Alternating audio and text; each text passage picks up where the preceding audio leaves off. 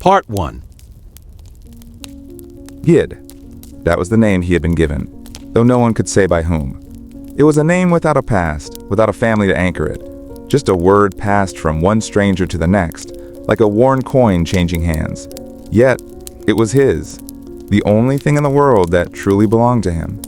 No one knew exactly where he had come from, least of all Gid himself. He had been abandoned before memory had the chance to take root, left in a world that neither wanted nor cared for him. He was just another child lost in the throng of the town's bustling streets, one more nameless shadow scurrying through alleys, slipping between market stalls, surviving on whatever scraps he could find. He learned early that no one would help him.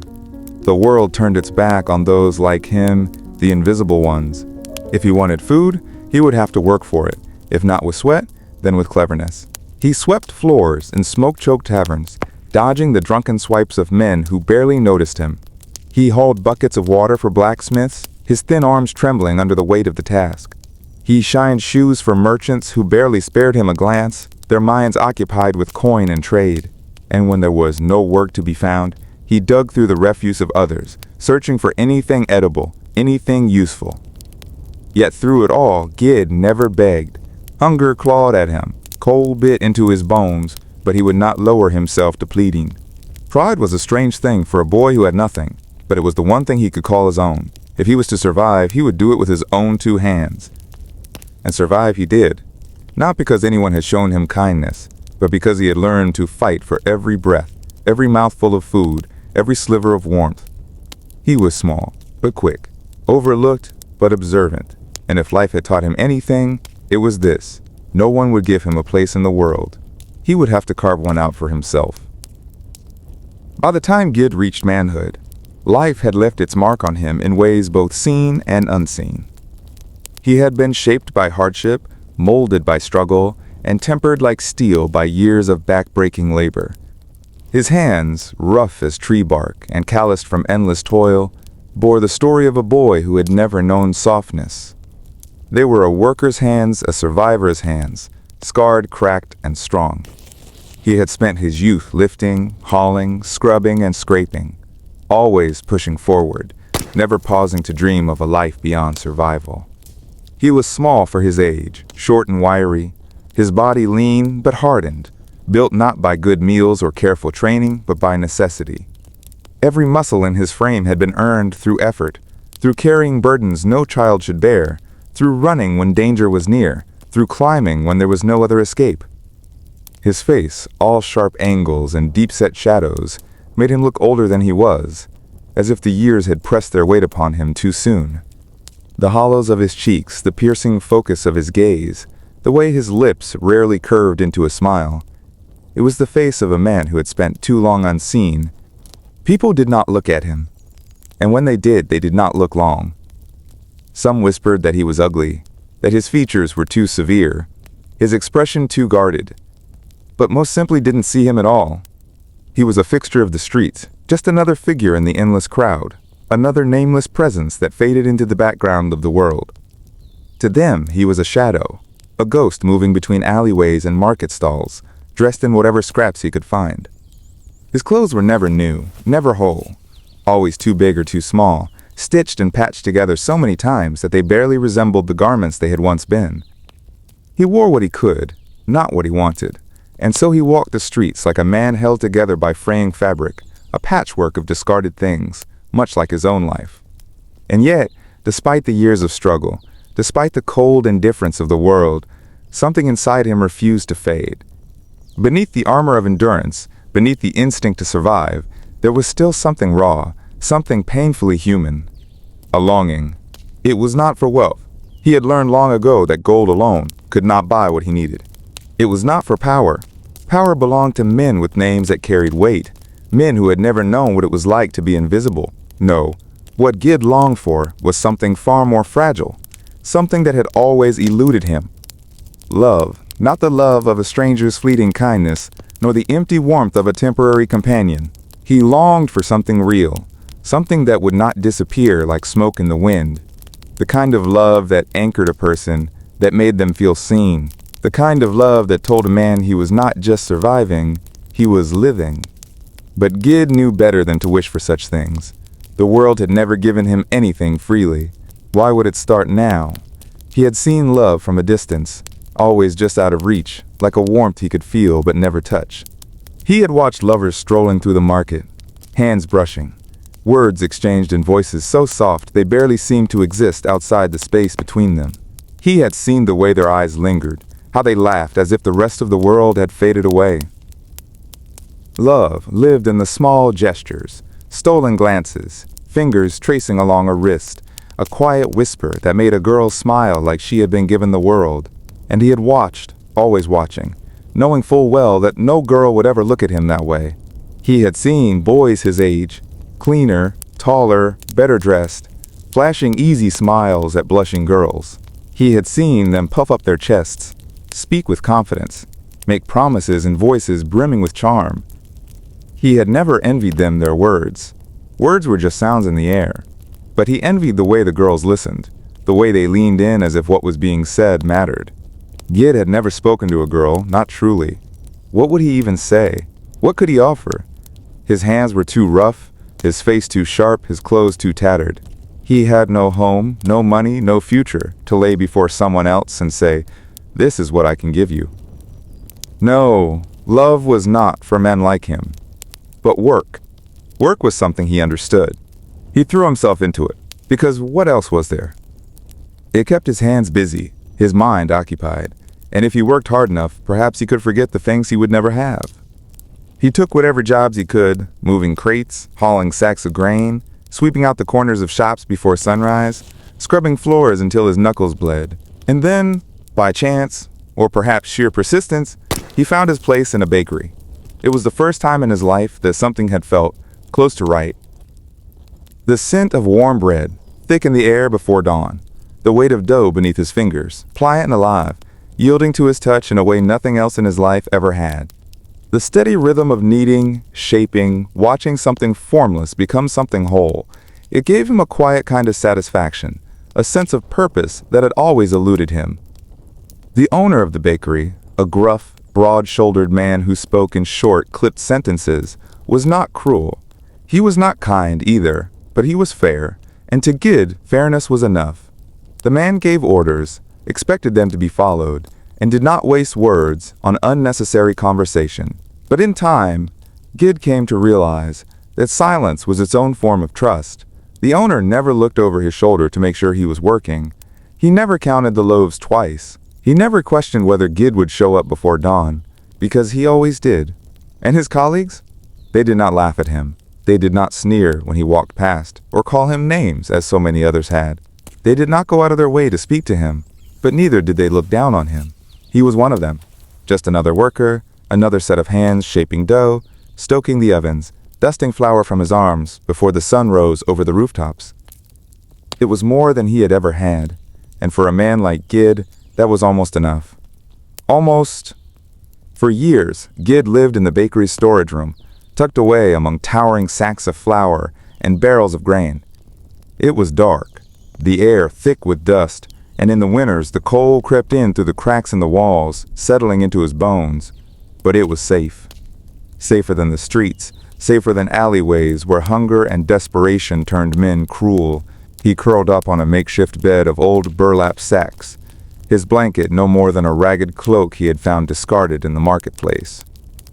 The space was cramped, barely enough for him to stretch his legs, but it was his. No one could take it from him. But over time, the bakery flourished. More grain came in, more flour was milled, and soon there was no space left for a man who did not truly belong. The owner never said it unkindly, never raised his voice, never told him to leave outright.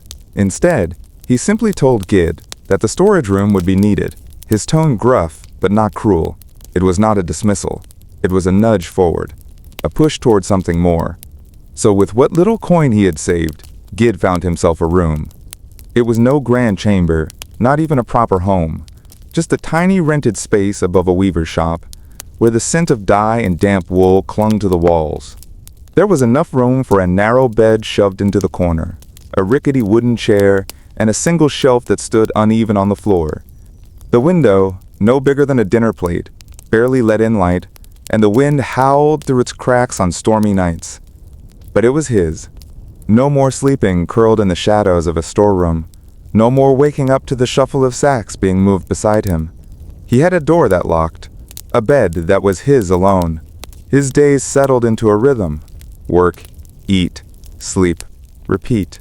He rose before dawn, when the streets were still cloaked in darkness, and the world smelled of damp stone and distant fires. By the time the city stirred awake, he was already at the bakery, arms dusted in flour, hands kneading dough until his fingers ached. Meals were simple, old bread, sometimes dipped in thin, watery soup, always given to him by the bakery. He never complained. He never asked for more. He had known worse. But in the quiet hours, when the work was done and the streets fell silent, Gid allowed himself one indulgence. He read. Books were precious things, and he had no coin to buy his own, but he made do with what he could. He borrowed from merchants who left newspapers behind. He salvaged discarded pages from torn books, piecing together stories like a puzzle. On rare occasions he bartered with the old bookseller near the market, exchanging extra labor for a tattered volume missing its cover. He had learned to read and write as a child, during the brief years he spent in an orphanage before being cast back into the streets. It was one of the few things he had been given in life, one of the only gifts he had not had to fight for, and he cherished it. Words were a kind of magic, silent, steady, always waiting for him. They did not judge him for what he lacked. They did not turn away from him like people did.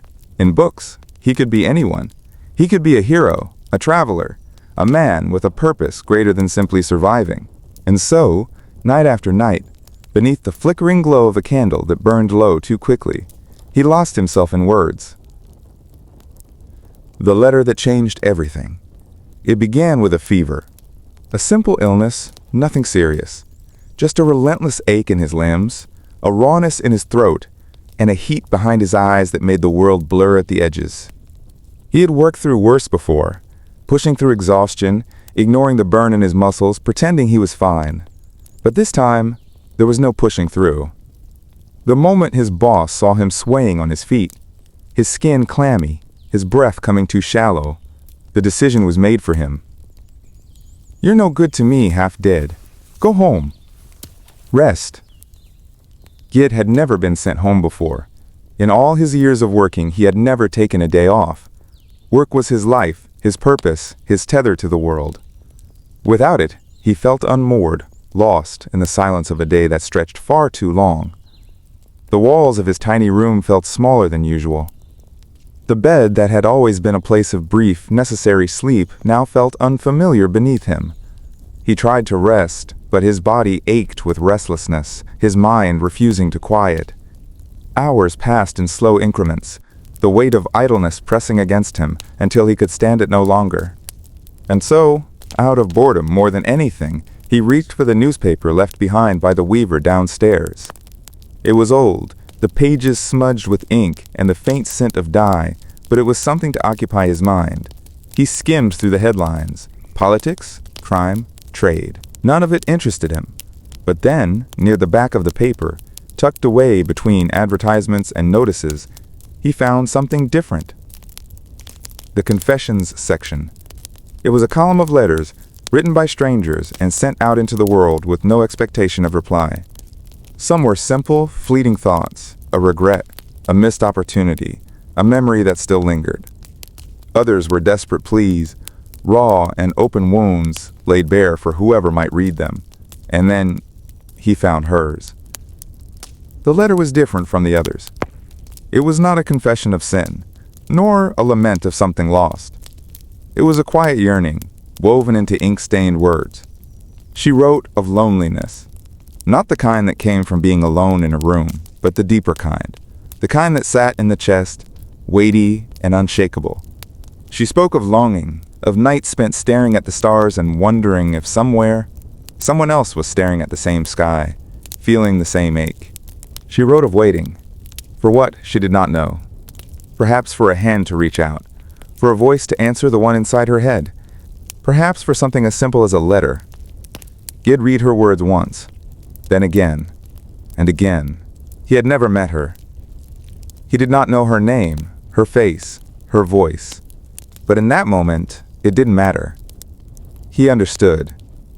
He knew what it was to feel unseen, to wake each day knowing that no one in the world was waiting for you. He knew the shape of that loneliness, the taste of it, the way it clung to a person, no matter how hard they worked to ignore it. For a long time, he simply stared at the letter. Then he scoffed. Foolish. That's what it was. A fantasy. The kind of thing soft-hearted people believed in. The kind of thing that did not belong to men like him. He shoved the newspaper aside. Tried to forget. But the next day, when another paper arrived, he found himself searching for her words again. And when he found them, something in him shifted. His lips twitched into something almost like a smile. And before he could talk himself out of it, before logic and doubt could steal the moment away, he did something reckless. He wrote her a letter. The words did not come easily. He was not a man of poetry, nor a man of charm. He had spent his life speaking in orders, in simple, necessary conversations. Writing to someone, pouring his thoughts onto paper, felt unnatural. But he tried. He told her that he understood. That he too had spent his life feeling like a ghost in the world. That he knew the weight of solitude, the way it pressed against a person like a hand at their back. He did not sign his full name, just Gid, a short name for a man with little to say. He never expected a reply. A man like him, writing to a girl like her, it was laughable. But he sent it anyway. And then, days later, after returning from work, he found an envelope waiting at his door. His name was written on the front in unfamiliar handwriting. A reply. His heart pounded so hard he could hear it in his ears. His fingers, usually so steady, trembled as they traced the edges of the envelope. The parchment was ordinary, no different from any other letter in the world. Yet to him, it felt like something sacred, something fragile, as if the moment he opened it, reality might come crashing down around him. For a long while he just held it, staring at the way his name had been written. Gid. Her handwriting was unlike any he had ever seen, delicate, slanted slightly to the right, as if the words themselves were reaching for something just beyond their grasp. His breath caught in his throat. This was real. He swallowed hard, willing himself to move. Carefully, almost reverently, he slid his finger beneath the seal and pried it open. The paper inside was smooth beneath his calloused hands, and as his eyes fell upon the words she had written, something inside him shifted. Something foreign. Something terrifying. Something wonderful. Hope. She had written back. She had read his words, considered them, and chosen to answer. He was not a ghost to her, not some invisible shadow fading into the background of the world. She had seen him, not his face, not his ragged clothes or weary eyes, but the part of him that had always gone unnoticed. Him. The letter was longer than he expected. She had not responded out of mere politeness. She had written with intent, with care. She spoke of the way his words had reached her, how strange it was to find understanding in a stranger. She spoke of her own days, of the loneliness that clung to her like an old friend, of dreams too fragile to be spoken aloud. Until now, by the time he reached the end, he was gripping the letter so tightly his knuckles had turned white. And then, without hesitation, he wrote back.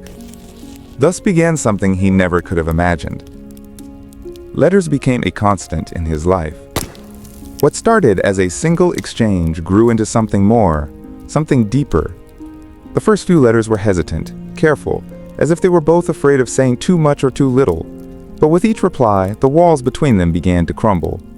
She told him of her world, of mornings spent staring out at rolling hills, of books she had read and loved, of how the smell of rain always made her feel wistful for things she could not name. He told her of the scent of fresh bread filling the air before dawn, of the way flour clung to his skin no matter how much he washed, of the quiet satisfaction that came with creating something with his own two hands. And somehow, in those ink-stained pages they met. The world that had once seemed so gray was suddenly painted in color. His days no longer felt like an endless cycle of work and sleep. There was something more now, something to look forward to, something that filled the empty spaces inside him.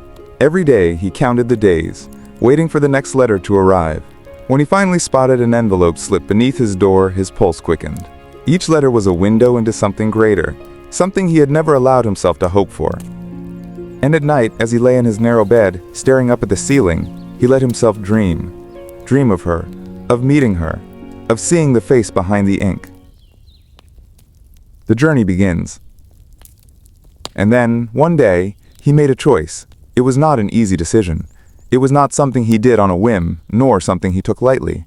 For years, he had lived the same way, quiet, steady, predictable. Work, eat, sleep, repeat. It was a life of routine, a life of certainty, even if it was a small one. But now, that life no longer felt like enough. He had spent months writing to her, months pouring himself onto parchment, months dreaming of a world beyond the walls of the bakery and the narrow streets he had walked his entire life. And slowly, those dreams had turned into something dangerous, a need, a hunger, a longing so fierce it burned in his chest. So, one evening, after the bakery's fires had cooled and the scent of fresh bread had faded into the night air, he gathered what little he owned, a worn satchel, a handful of coins, the clothes on his back, and a bundle of letters tied with string, letters that had kept him alive in ways food never could. He stared at them for a long time before tucking them safely into his bag. Then, without looking back, he left. The docks were alive with movement, a place of chaos and purpose. He had never been near the sea before. The scent of salt and brine clung to the air, the cries of gulls mingling with the shouts of sailors loading cargo onto towering ships. He had nothing to his name, nothing to barter with, nothing to promise but the strength of his own two hands. And yet, that was enough. He found a ship bound for the coast where she lived, a merchant vessel carrying dried spices across the sea. It was not a passenger ship, and he had no money to pay his way, but he had something else to offer, his labor. He had spent years hauling sacks of flour, kneading dough, scrubbing stone counters until his fingers were raw. Hard work was the one thing he had never feared. The ship's quartermaster eyed him with suspicion, taking in his wiry frame, the calloused hands, the determined set of his jaw. "You ever worked on a ship before?" "No." "Ever been to sea?" "No." "Then why should I take you?" He hesitated for only a second before answering. "Because I don't stop working, and I don't give up." A long silence stretched between them. Then, with a grunt, the man gestured toward the deck. "Fine. You work for your passage. You cook, you clean, you haul whatever needs hauling. And if you complain, you swim." He nodded. And just like that, he was aboard. The journey would take a month, maybe longer if the winds were unkind. But time no longer felt like an enemy. For the first time in his life, he was not merely surviving. He was moving toward something. He was moving toward her. The days at sea were long, grueling, and unrelenting. Gid had known hard work all his life, had lived it, breathed it, carried it on his back like an old, familiar weight. But this was different. The ship was a world of its own, one where rest was a luxury and exhaustion was expected. Mornings began before the sun had even stretched its golden fingers over the waves. The moment the quartermaster banged on the wooden beams above his head, Gid was up, scrambling out of the hammock he had been given in the crew's quarters. The space was cramped, the air thick with sweat and salt, but he had no complaints. His first task was always the galley, the ship's cook. A broad-shouldered man with a permanent scowl and arms like tree trunks ruled the tiny, sweltering kitchen with an iron fist. Gid was expected to chop vegetables, gut fish, and knead the dense, flour-heavy dough that passed for bread on the ship. The heat was unbearable, the air thick with the smell of salt pork and stale sweat, but he worked without question. By midday, when the sailors had eaten their fill, he was sent to scrub pots, mop the deck, and haul barrels of water up from the lower hold. His muscles burned from the effort, his fingers raw from the constant scraping of salt and wood. But he pushed through it all. Every bucket he lifted, every floor he scrubbed, every insult tossed his way by a passing sailor. None of it mattered, because with every task, with every aching hour, he was one step closer to her. The ship rocked and swayed beneath him as the days stretched into weeks. The sea was unpredictable, its moods shifting like a restless beast. Some mornings, it was as smooth as glass, the sky so blue it seemed endless. Other times, the wind howled, the waves crashed, and the rain fell in thick sheets, turning the deck into a slippery death trap. More than once, Gid found himself clinging to the rigging, his knuckles white as the ship tilted dangerously to one side. But he never faltered. The crew, at first, had little patience for him. He was the smallest among them, the newest, the least experienced. They barked orders at him, laughed when he stumbled, tested him to see if he would break. But he didn't. He worked. Harder than any of them. And slowly, grudgingly, they began to acknowledge him, not as an equal, but as someone who belonged. Nights were the only time he allowed himself to rest, though even then his mind refused to be still. He would lie in his hammock, staring up at the wooden beams above him, the ship creaking like an old man settling into his bones, and he would think of her. He imagined her reading his last letter, imagined the way her lips might curve into a smile as she traced the ink with her fingertips. He wondered what her voice would sound like, what color her eyes would be, how she might look at him when they finally stood face to face. The sea was vast, the journey endless, the work brutal, but none of it could break him, because at the end of it all, she was waiting. As the days slipped past, the horizon became more than just an endless stretch of water. It became a promise. Gid could feel it in his bones, in the tightening of his chest every time he climbed the mast, and caught sight of the distant shorelines that marked the edges of new lands. They were close now. So close. Soon, he would set foot on solid ground, and she would no longer be just ink on paper. She would be real. Flesh and blood. A voice. A touch. A presence. He had longed for this moment, worked for it, endured for it. He spent every waking hour pushing himself harder, as if effort alone could carry the ship faster across the waves. He hauled barrels, scrubbed decks, endured the heat of the galley, and when night came, he barely slept. His mind was too full of her, of what he would say when they met, of what she might say in return. Would she smile? Would she recognize something in him that no one else had? Would she look at him the way he had seen lovers look at each other in the marketplace all those years ago? But fate is cruel, and the sea does not care for the dreams of men. On the eve of their arrival, when land was just a whisper away, the world changed. The first sign was the wind.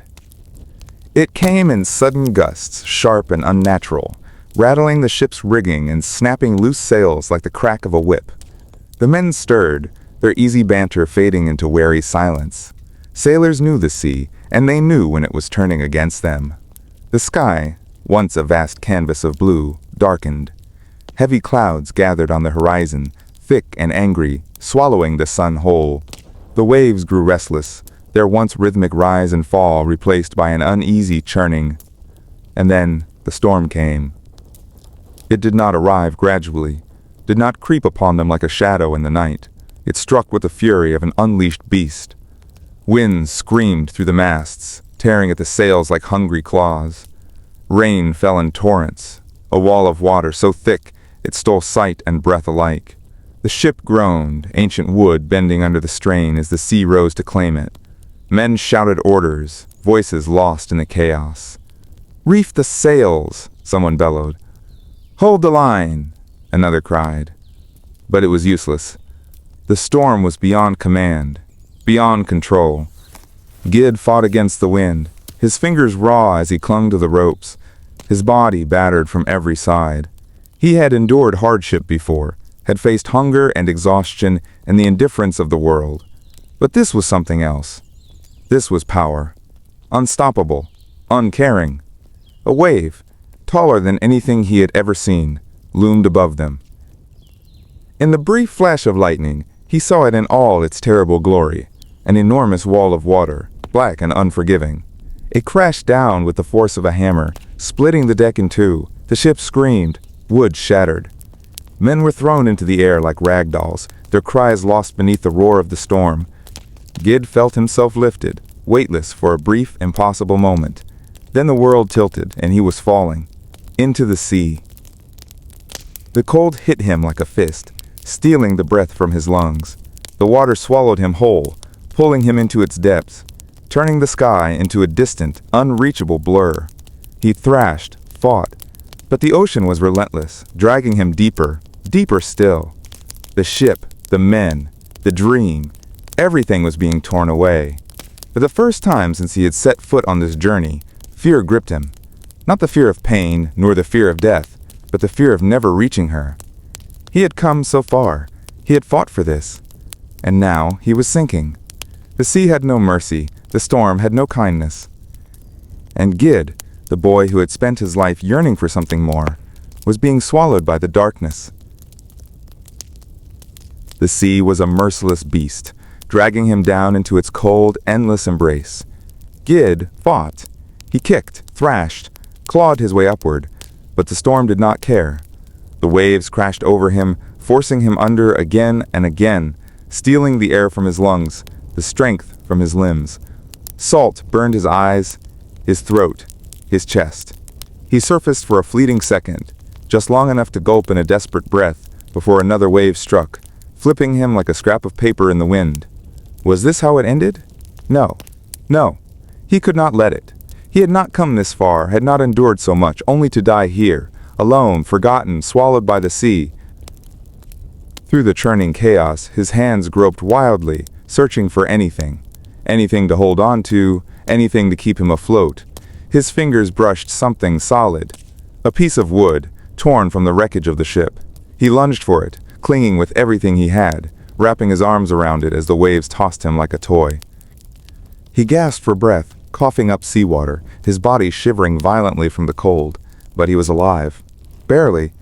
The storm raged on, the wind howling like a living thing, the rain pelting his skin like needles. Thunder roared above him, and with every flash of lightning he caught glimpses of the wreckage. The broken remains of the ship scattered across the water, disappearing and reappearing between monstrous waves. There were no voices, no shouts, no sign of the crew. Was he the only one left? He refused to think about it, refused to let fear take hold. Because in the chaos, in the darkness, in the brutal, unrelenting storm, there was one thing stronger than fear. Her. She filled his mind, her words echoing through the roar of the wind, her letters the only warmth he had left. He could see her handwriting, elegant and precise, every curve of ink burned into his memory. He could hear her voice, though he had never heard it before. She was waiting. She had to be. Had she received his last letter? Had she read it by candlelight the way he always read hers? Did she know he was coming? Was she looking out her window at this very moment, wondering when he would arrive? He could not let this be the end. He gritted his teeth, tightened his grip on the broken plank, and willed himself to hold on. The waves tried to pull him away, tried to drag him back down into the abyss, but he fought them, inch by inch, breath by breath. The storm raged for what felt like eternity, time stretching into something meaningless. He lost track of how many times he was nearly thrown off his makeshift raft, how many times his head slipped beneath the water before he found the surface again. His muscles ached, his fingers stiffened, his body begged him to let go, to surrender, to sink, to sleep. But he couldn't. He wouldn't, because she was waiting, because he had promised himself that he would see her. And even if the sea itself tried to take him, he would fight, he would live. His body was failing. The cold had seeped deep into his bones, numbing everything, making it harder and harder to move, to think.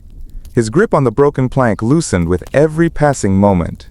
The storm had begun to fade, its fury spent, but the sea was still restless, still unforgiving. The waves tossed him like a rag doll, and he had no strength left to resist. His breath came in shallow, ragged gasps. His eyelids felt heavy, so unbearably heavy. Just a moment, he told himself. Just let me rest for a moment. His mind was slipping. His thoughts, once sharp and desperate, began to drift, unraveling like threads in the wind. Images flickered in and out of focus. Memories, dreams, things he had never seen but longed to. The warmth of a bakery, the scent of fresh bread, the flicker of candlelight on old letters, the careful ink strokes of a hand he had never touched. The sound of laughter, not cruel, not mocking, but real, shared between two people who cared for each other. Her. He saw her standing by a window, the light catching in her hair, her lips parted as if she were about to say his name. He wanted to reach for her, to call out, to tell her he was coming, but his limbs would not move.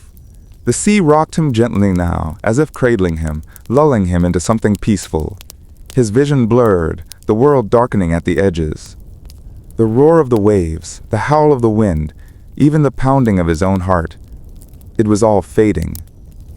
"I'll see you soon," he thought, though he wasn't sure if he was speaking to her or to the darkness that was closing in. And then there was nothing. Only silence.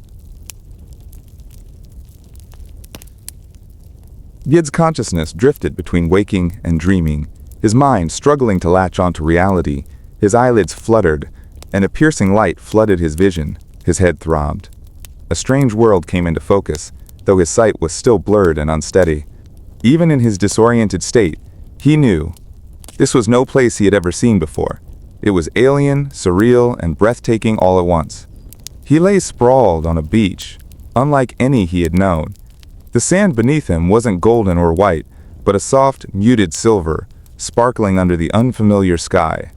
Scattered across the shoreline were peculiar shells, clams and snails, but not of any kind he recognized.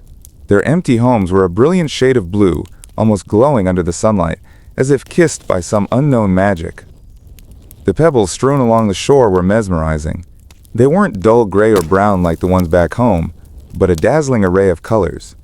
Reds, deep greens, and even some that shimmered like polished gemstones, catching the light and throwing it back in twinkling bursts, like tiny hidden treasures waiting to be discovered.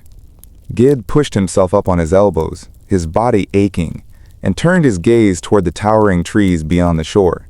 They stood impossibly straight, their bark smooth and dark, their canopies a strange hue, somewhere between green and blue, as if they were guardians of this strange land, sentinels watching over an outsider who did not belong. A scent hung in the air, something crisp and sweet, yet completely foreign. It wasn't the salt of the ocean he was used to. It was richer, deeper, like the fragrance of unknown flowers carried by the wind. The sky was a flawless expanse of blue, but somehow different. Was it deeper? Clearer? Was there something moving up there in the heavens? Something beyond what his tired eyes could comprehend? He didn't know. All he knew was that this place was impossibly beautiful, and impossibly strange. Am I alive? He wondered, his breath coming in uneven gasps. Am I dead? Is this the place I was meant to reach? Is this where I would finally see her? His heart pounded at the thought, at the distant hope, but before he could dwell on it, movement caught his eye. Blurry figures were approaching, small, swift, their silhouettes shifting against the strange landscape. His vision struggled to focus, but he could make out flashes of blue skin, blue garments, blue weapons. The creatures carried long, slender spears, the wood dark and smooth, their tips sharp and menacing. Gid's breath hitched. What were they? The figures moved closer, surrounding him, their strange blue faces unreadable. His body was too weak, too drained to react. A wave of exhaustion crashed over him, his mind spiraling into darkness, and then everything went black. A strange warmth cradled Gid, wrapping around him like a cocoon. His mind stirred before his body did, floating somewhere between reality and a dream. He wasn't sure if he was awake or still lost in the depths of unconsciousness. But something was different. He could feel the ground beneath him. Not hard, not cold, but soft, like a bed of weightless leaves. The scent of damp earth and something faintly sweet filled his lungs, a smell both foreign and comforting. Slowly, his eyelids lifted and his vision swam with colors, soft browns, deep blues, and a warm golden hue. He blinked several times, his surroundings coming into focus. Above him, a curved ceiling of smooth mud loomed, shaped as though it had been sculpted by gentle hands. Every surface in the small dwelling lacked sharp edges, no corners, no harsh lines, only flowing, organic curves, as if the room itself had grown naturally rather than been built. A strange sensation prickled his skin. Someone was watching him. His gaze shifted, and his breath caught. Standing around him, motionless and silent, were figures unlike anything he had ever seen. Their skin shimmered gently in the dim light, an otherworldly shade of deep blue. Their limbs were slender, their bodies small, almost childlike, but something about them felt ancient. No sharpness existed in their features, no chiseled jawlines, no defined cheekbones, only smooth, flowing contours as if their very forms rejected the concept of edges. Their large, luminous eyes, also blue, glowed faintly, reflecting the light in a way that made them seem both distant and impossibly near. They simply stood there, watching, not moving, not speaking. A shiver crawled down Gid's spine. Am I still dreaming? He tried to sit up, but his body betrayed him. His limbs felt like lead, weighed down by exhaustion so deep it was as if his very strength had been stolen from him. Even breathing felt like a monumental effort. He groaned softly, his voice barely a whisper in the thick silence. Then, one of the figures moved. With a quiet grace that sent a ripple through the still air, the being stepped forward and knelt beside him.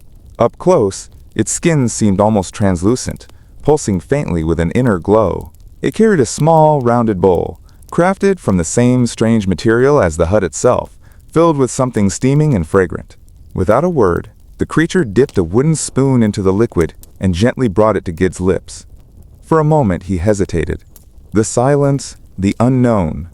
Everything about this was unnatural, but the hunger gnawing at his insides was stronger than his fear. The moment the warm liquid touched his tongue, his body shuddered with relief. It was delicious, earthy yet sweet, rich yet impossibly light, as though it had been crafted not just to feed him but to heal him. His body, despite its weakness, recognized the nourishment, greedily welcoming it. Still, the silence persisted. The being continued to feed him, never speaking, never making a sound. The only thing that existed in that moment was the quiet rhythm. Spoon, sip, swallow. The warmth spread through his chest, his limbs, dulling the ache of exhaustion. His eyelids grew heavier, his body sinking deeper into the cloud-like bed beneath him. The world blurred. His mind spiraled downward, back into the comforting darkness. And then, he was gone. Gid's mind surfaced slowly, like a diver rising from the depths of an endless ocean. At first, there was only warmth, gentle, all-encompassing, wrapping around him like a soft current. Then came the sensation of energy, something unseen but undeniably present, flowing through the air like an invisible river. It caressed his skin, seeping into his very bones, filling him with a strange yet undeniable comfort. His eyelids fluttered open. The room looked the same, curved walls of smooth mud, dim golden light blended with hints of red and blue, flickering like distant fireflies. Yet something felt different. They were here. The blue beings surrounded him, standing in an unbroken circle, their hands clasped together, their delicate fingers intertwined, forming a chain of unity, a silent ritual of purpose. Their heads were slightly bowed, their smooth, curved faces calm and unreadable. Their glowing eyes, those deep, endless pools of blue, were closed. None of them moved. None of them spoke. The silence was absolute, heavy yet serene, pressing against him like a warm tide. Gid tried to shift, to sit up, but his body still refused to obey. Though he was no longer completely paralyzed, his strength remained distant, just out of reach. His fingers twitched. His legs stirred slightly beneath the feathery, soft bedding. It was progress, but not enough. And then he felt it, a presence, not physical, but something deeper, something beyond sight and sound. A force, warm and pulsing, flowed through the space around him, wrapping him in its unseen embrace. It was like being submerged in sunlight without heat, like sinking into a river that carried not water, but life itself. It was healing him. The energy swirled around him in waves, weaving through the air like an unseen current. It entered his body, not through touch, not through any tangible means, but through something more profound, something beyond his understanding. It seeped into his skin, into his muscles, into the very core of his being, mending what was broken, restoring what had been lost. For the first time since waking in this strange world, he felt better. Not whole, not strong, but better. The crushing exhaustion that had held him down like an anchor was beginning to lift. His breath came easier, his limbs no longer felt like they were made of stone. His fingers curled slightly, his arms shifted, however weakly. It wasn't much, but it was something. Minutes passed, or perhaps hours. Time felt strange here, stretching and twisting like an endless dream. Then, as one, the beings opened their eyes. A soft glow flickered within them, deep and knowing, as if they had just returned from some place beyond Gid's reach. Those luminous blue eyes, so alien yet so gentle, settled on him. They did not speak, but something in the air changed, a silent hum, an invisible whisper, a sensation that words were being exchanged without a single sound. He could feel it, even if he did not understand it. They were communicating, not with words, but with something else entirely. Gid wanted to speak, to ask them who they were, what they had done to him, how he had come to be in their world. But the questions tangled inside him, too heavy to escape his lips. Slowly, one by one, the beings stepped back. Without a sound, without a single word, they turned and drifted away, their movements fluid, as if they were gliding rather than walking. The warmth in the air remained, lingering like an aftertaste, but the ritual, whatever it had been, was over. Gid lay there, breathing slowly, testing the newfound energy within his body. He was still weak, still too drained to rise, but the suffocating exhaustion had lessened. He felt lighter, as if something unseen had lifted part of his burden. He exhaled, his eyes growing heavy once more. And then, before he could grasp what had truly happened, the darkness claimed him again. Gid awoke for the third time, but this time was different. The ache that had once weighed down his limbs was gone. His body felt light, as if he had been unburdened of an invisible weight he hadn't realized he was carrying. A deep, soothing warmth coursed through his veins, and with every breath he took, he felt more alive than he ever had before. His wounds, where were they? He flexed his fingers, rolled his shoulders, and ran his hand across his chest. He was healed. Blinking the lingering grogginess away, he turned his head and scanned the room. It was quiet, too quiet. There was no one else here, only him, lying in a bed that felt softer than any he had ever known. He pushed himself up slowly, his fingers sinking into the mattress. It wasn't made of cotton or feathers, but something more organic, something almost alive. A woven structure of plant fibers, smooth yet firm, with a faint floral scent that filled his lungs. He traced the intricate weaving, marveling at how it held its shape. He had never seen anything like it. His gaze drifted to the rest of the room. The walls, he hadn't noticed before, were made of hardened mud, but it wasn't the kind he had known from earthen houses or clay huts. This mud had a scent, a rich, deep aroma that was neither floral nor spicy, but something entirely unique, something soothing. He inhaled deeply, filling his lungs with its mysterious fragrance. He reached out, running his fingertips along the surface. It was cool and smooth, yet carried a warmth, as though the very walls were alive, pulsing with the energy of the land. Shelves were built seamlessly into the walls, sculpted from the same fragrant mud. Upon them sat jars, elegant, rounded, and made of an amber-like material that shimmered softly in the ambient light. Inside, vibrant flowers bloomed in strange and mesmerizing colors, their petals shifting hues as if responding to his presence. Some pulsed with soft bioluminescence, casting a gentle glow across the room. Others exuded a scent so intoxicating that it made his head swim with a mixture of nostalgia and wonder.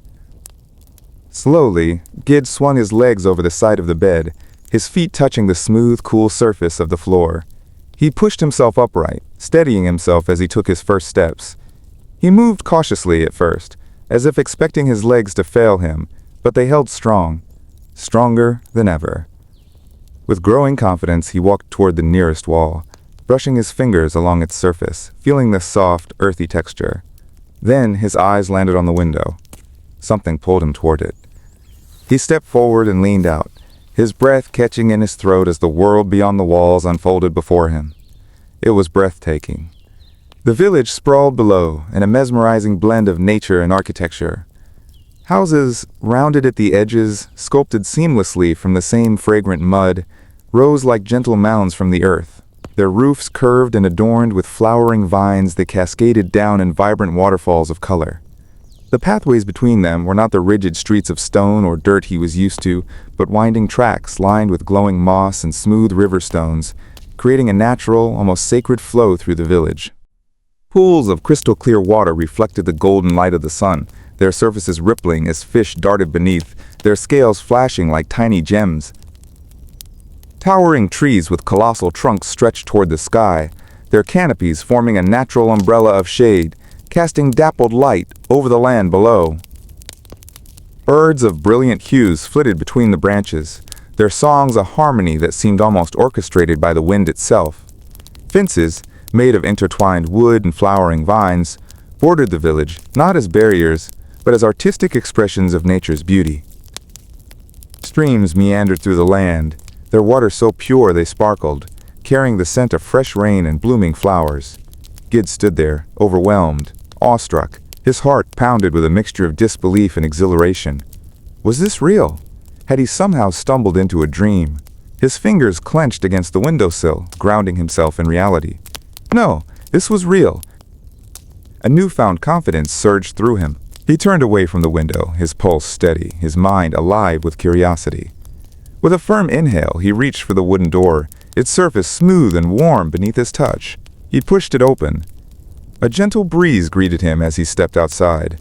Directly before him, a stairway led downward, carved seamlessly from the same fragrant mud as the walls. But it wasn't just any stairway. It was alive with beauty. Delicate vines coiled around the guardrails, their leaves shimmering with morning dew, their blossoms releasing a scent so sweet it sent a thrill through his senses. The steps, sturdy and cool beneath his bare feet, seemed to welcome his presence, as if inviting him to descend and embrace the wonders that awaited him below. He took his first step, and then another, and with each step, his excitement grew. Where was he, and who had brought him here? There was only one way to find out. As Gid reached the final step of the stairway, his foot touching the soft earth below, he became aware of movement just ahead. A small creature stood waiting for him at the base of the stairs, its body sleek and unfamiliar. At first glance, it resembled a dog, its size, its stance, the way it wagged its tail, but the similarities ended there. This creature had no fur. Its smooth, glistening skin was a deep shade of blue, shimmering faintly as the light danced upon it. Its large, round eyes, dark and filled with an almost childlike curiosity, locked onto him. Its mouth was slightly open, revealing a set of small, flat teeth, and as it wagged its tail eagerly, it exuded an undeniable sense of excitement. Gid's breath hitched in his throat. He had never seen anything like it before. Was it dangerous? The creature took a step closer, its tail wagging even faster. No, it wasn't hostile. It was happy. It was greeting him. Still in awe, Gid bent down slowly, reaching out a cautious hand. The creature stretched its long neck forward, pressing its warm, smooth head into his palm. The texture of its skin was unlike anything he had ever felt, soft yet firm, warm yet cool, in places where the light hadn't touched. As he stroked it, he felt a gentle vibration beneath his fingertips, as if the creature was communicating in a way that went beyond sound. A chuckle escaped his lips. "What are you?" he murmured, completely fascinated. The little blue creature only responded by rubbing its head against his hand, before bouncing away with a playful hop, circling around him before settling again at his feet. Gid finally tore his eyes away from his new companion, letting his gaze wander around the landscape before him. Now that he was standing outside, the true beauty of his surroundings unfolded in full splendor. The garden around the house was unlike any garden he had ever seen before. Every inch of soil was alive with vibrant, unknown plants, their colors so rich and varied they seemed almost unreal. Some plants had leaves that shimmered like metal, reflecting golden hues in the sunlight. Others bore flowers that pulsed faintly, their petals shifting colors as if responding to an invisible rhythm. Vines with luminous veins crawled up the walls of the house, their glow casting soft patterns on the ground. Strange, delicate flowers released a sweet, intoxicating fragrance that made the air feel thick with mystery and wonder. He took a deep breath, his senses overwhelmed, yet he couldn't bring himself to move. It was as if he had stepped into a different world entirely, one untouched by time, one crafted by the hands of gods. Then, just ahead, something else caught his eye.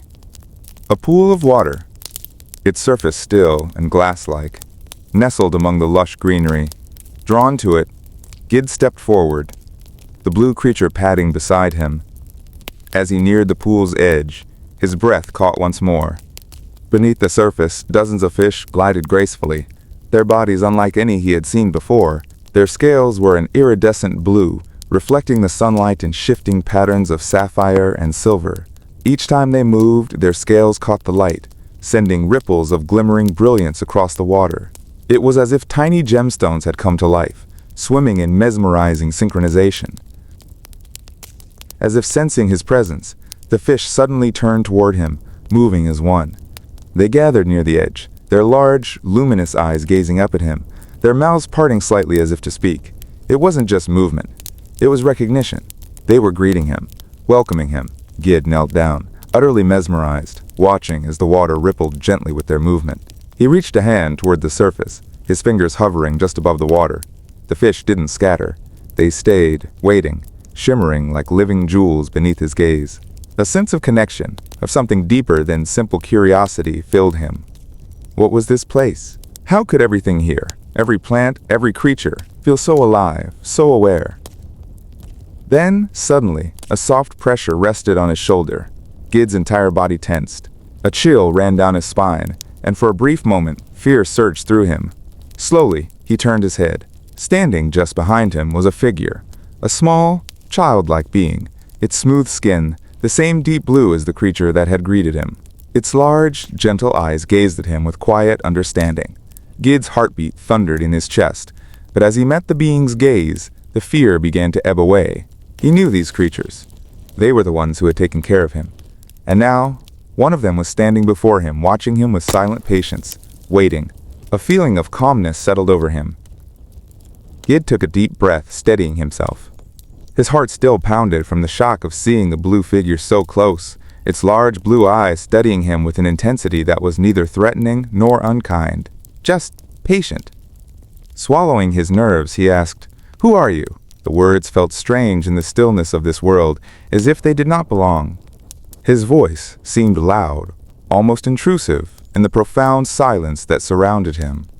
The blue figure did not flinch, did not react, did not even shift its gaze. It simply remained there, watching. No answer came. A cold realization settled over him.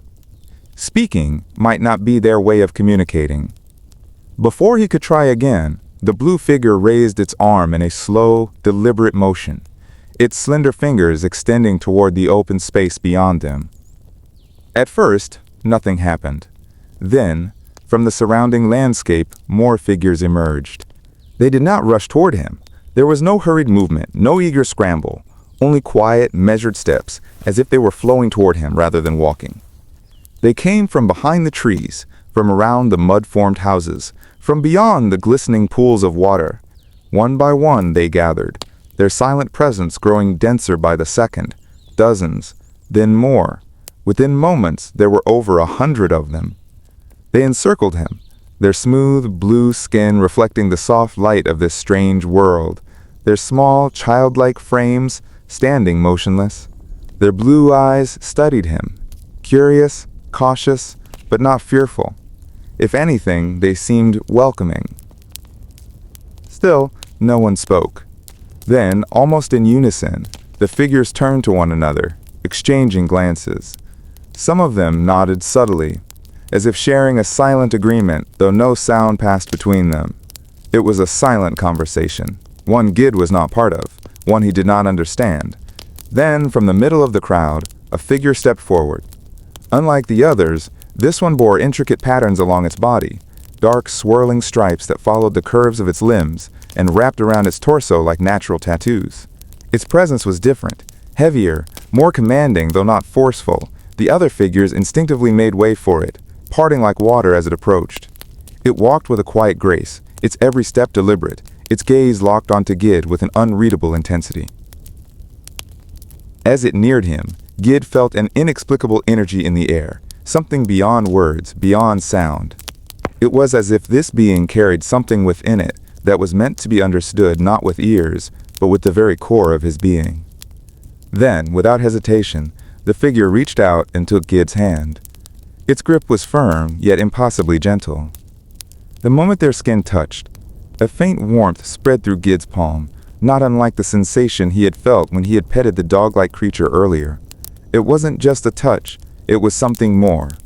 Without a word, the figure turned and began walking, leading Gid through the parting crowd. The other blue beings continued to watch in silence, but they did not interfere. Gid followed, feeling as though he had just passed some kind of test, one he hadn't even realized he was taking. They walked beyond the gathering, down a winding path lined with the same bioluminescent plants that clung to the buildings. The soft earth beneath his feet was unlike any soil he had ever felt before, springy and warm, almost as if it were alive. After some time, they reached a riverbank. There, laid out before them, was an incredible sight, a feast. Strange, colorful foods were arranged atop large, woven mats of plant fibers. Vibrant fruits with translucent skins shimmered under the soft light, their insides glowing faintly. Thick, leaf-wrapped bundles emitted fragrant aromas, while bowls carved from smooth, polished stone held a variety of pastes and grains that seemed to pulse with a life of their own. Others were already gathered there, sitting comfortably on thick, cushion-like plants. As Gid lowered himself onto one of them, he ran his fingers along its surface, realization dawning. The material, the texture, the scent. These were the same plants used to make the bed he had awoken in earlier. A strange sense of familiarity settled over him. Even in this world of absolute silence, even among beings he did not understand, even in the presence of the unknown, for the first time, he felt like he belonged. The meal was unlike anything Gid had ever experienced. The blue folk, he now called them folk in his mind, ate in complete silence. Yet, despite the lack of spoken words, there was an unmistakable rhythm to their movements, a flow to the way they interacted. They communicated, but not with voices. A slight tilt of a head, a slow blink, a gentle wave of a hand. Each gesture seemed to carry meaning, as if invisible words passed between them in ways he couldn't yet comprehend. Gid watched in fascination, his gaze flickering from one folk to another as they exchanged subtle expressions. Some nodded at each other, others leaned in slightly, as if listening to something unheard. He could tell they were speaking in their own way, but whatever language they used was beyond his understanding. And so, he focused on the food. Every bite was a burst of flavor, unlike anything he had ever known. Some fruits were soft and melted on his tongue, their juices tasting both sweet and tart, like honey mixed with citrus. Others were crisp, releasing a light, floral scent as he bit into them. The grain-like paste had a rich, nutty taste, and the leaf-wrapped bundles unraveled to reveal warm, tender roots that filled his body with a comforting heat. It was nourishing, deeply satisfying, not just to his stomach, but to his very soul. As he ate, he became aware of the world around him in a way he hadn't before. A cool breeze whispered through the air, rustling the leaves of the strange, towering trees that surrounded them. The sound of the river, steady and rhythmic, merged with the soft swaying of the plants, creating a natural harmony. Fireflies, if they could even be called that, hovered nearby, their glowing bodies pulsing gently in the dimming light. The sky above was a deep shade of blue, darker than before, scattered with stars that twinkled brighter than he had ever seen on Earth. The last traces of daylight had faded, leaving behind a quiet hush as the night settled in, stretching vast and endless above him. It was peaceful, so peaceful in fact, that it felt almost unreal beneath the soft flicker of the lamps, their glow tinged with shades of blue. For the first time in what felt like forever, Gid wasn't worried. He wasn't scared. He wasn't thinking about the life he had lost, or the emptiness he had felt before waking up in this place. For the first time, he was simply present. As the meal came to an end, the folk began to part ways. They moved without urgency, some lingering to exchange silent gestures, others simply standing for a moment before slipping away into the night. The figure with the intricate patterns on his body, the one who had led him here, stood and motioned for Gid to follow. Gid obeyed without question. The walk back was quiet, but not in an uncomfortable way. The night air was crisp and soothing, and the ground beneath his bare feet felt softer than before, as if the earth itself was welcoming him. As they approached the village, Gid took a closer look at the homes around him. They were smaller than the one he had woken up in, rounded at the edges, made of the same fragrant mud and entwined with glowing vines. Some of the folk stood outside, watching as he passed, their blue eyes gleaming in the dim light.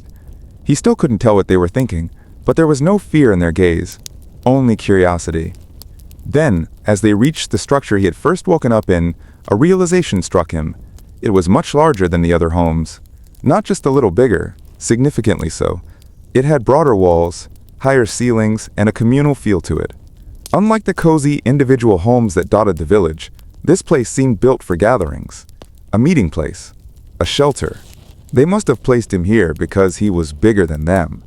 Because they had nowhere else to put him. Or perhaps because they saw him as important. The leader, the marked figure, gave him one final nod before turning and walking away, disappearing into the shadows of the village. Gid stood there for a long moment, his mind heavy with thoughts. He stepped inside, the familiar fragrance of the mud walls surrounding him once more. The bed of soft, flower-like plants was still there, waiting, inviting. He sat down slowly, letting his fingers trail over the comforting texture of the bedding. And then the questions came. Why had they saved him? Why were they so kind to him? Did they expect something in return? He thought of his old world, a place where he had been overlooked, where he had been abandoned, where he had never truly belonged. He had always been considered too short, too strange, too unremarkable. But here his differences weren't seen as flaws. His presence alone seemed to fascinate them. For the first time, he wasn't an outcast. He was something new, something worth noticing. As his eyelids grew heavier, exhaustion finally creeping in, a final thought flickered in his mind. Was this a dream? Or had he finally found the place he was meant to be? The gentle scent of flowers filled his senses, the bed cradling him in warmth. And just like that, Gid drifted into sleep. When Gid opened his eyes, he expected to wake up from a dream. But he didn't. The soft, floral-scented bedding beneath him, the gentle golden light filtering through the window, the earthy fragrance of the mud-walled house. It was all real. This place, this strange and wondrous world, wasn't an illusion. It wasn't a trick of the mind. He sat up slowly, his body sinking into the plush surface of the bed as he rubbed the sleep from his eyes. A wave of realization crashed over him. This world, this impossibly beautiful place, was where he was now. He wasn't back in the old world. He wasn't in his small, empty room. He wasn't alone, drowning in the thoughts that had haunted him for so long. This place was real, and it was beautiful, so beautiful it felt as if he had stepped into the pages of an ancient fairy tale. But then, like a shadow creeping over the morning sun, doubt flickered through his mind. Why was he here? The question gnawed at him. Had he been chosen? Rescued? Was there some purpose he had yet to uncover? Or was this just a cruel twist of fate, a cosmic accident that had flung him into a world unlike his own? Then came another thought, one far heavier, far more painful. Her. He clenched his jaw, gripping the bedding beneath him. Could this world, this enchanting, welcoming, peaceful place, help him forget? Would the kindness of the blue folk be enough to erase the weight he carried? He exhaled sharply. No answer came. Only silence. Only time would tell. Shaking off his thoughts, he turned toward the window. The village was alive with movement. Outside, the folk were beginning their day. They walked in quiet harmony, carrying small tools over their shoulders. Tools so tiny they looked like children's toys. There was no rush, no urgency in their movements, yet there was purpose in the way they carried themselves. Each of them had a task, a role to fulfill, a place where they belonged. Gid's eyes followed them as they formed a single file line, heading toward the horizon. Beyond the village, the land stretched into rolling hills, dense forests, and winding streams. But further still, rising above everything, was a mountain. A dark, towering giant in the distance. Its peak wasn't shrouded in mist like the mountains he had known in the old world. Instead, there was smoke. A slow, twisting spiral of black rising from its summit. A volcano. The realization sent a ripple of intrigue through him. Where were they going? What kind of work were they doing near a volcano? His curiosity flared. He couldn't just sit here, useless, taking food and shelter from these people without giving anything in return. He had been a stranger, an outsider, and yet they had saved him, cared for him, fed him. He had to do something. Gid swung his legs over the side of the bed, his feet touching the cool, earthen floor. He stood, stretching his stiff muscles, before making his way toward the doorway. His determination grew with each step. By the time he descended the stairway and stepped onto the village grounds, he had made up his mind. He was going to work. He would prove that he wasn't just some outsider to be cared for. He would pull his own weight, contribute, earn the right to be here. But before he could take another step toward the departing workers, movement caught his eye. The village leader was approaching. The blue-skinned figure with the intricate markings on his body moved with quiet grace, his gaze steady as he walked toward Gid. His presence alone was commanding, not in a threatening way, but in a way that made it clear he was someone respected, someone with wisdom beyond words. Gid didn't hesitate. "I want to work," he said, his voice firm, his hands clenched into fists. "I need to help the folk. I can't just sit here doing nothing while they're out there working. I don't deserve the food, the house, any of it, unless you let me help." The leader remained silent, his gaze unwavering. Gid's heart pounded in his chest. He wasn't sure if his words had reached him, if he even understood his desperate plea. But then, after what felt like an eternity, the leader tilted his head ever so slightly, and without a word, he raised a hand, gesturing for Gid to follow. The decision had been made. Gid was going to work. Gid followed the blue folk leader, his pace quickening as they weaved through the village. The morning air was crisp and cool, carrying with it the mingling scents of damp earth, sweet flowers, and something else. Something unfamiliar, yet comforting, like a spice he couldn't quite place. They moved swiftly, passing small, rounded homes with curved rooftops and gardens overflowing with vibrant unknown plants. The folk they passed turned to glance at him, their silent gazes filled with quiet curiosity. Yet none of them stopped him. None of them questioned his presence. Ahead, the line of workers stretched like a winding river of blue, their tiny figures marching with purpose toward the distant volcano. The leader came to a sudden halt. He turned toward Gid and raised his hand, a slow and deliberate motion. It was a command.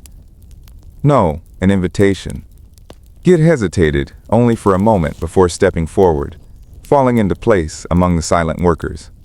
He turned to look back, watching as the village leader stood still for a brief moment, his glowing patterns faintly pulsing. Then, without a word, he turned and began his walk back to the village.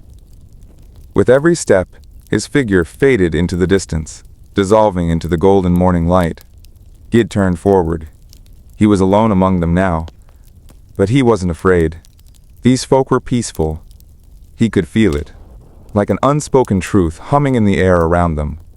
Wherever they were going, whatever they were about to do, he would follow. The journey ahead was long. At first, the steady pace of the workers seemed easy to match, but as time passed, Gid could feel the strain settling into his legs. Yet he did not slow. There was too much to see, too much wonder unfolding around him with each step. The landscape was alive. Towering trees stretched toward the sky, their twisting branches adorned with leaves that shimmered like polished glass.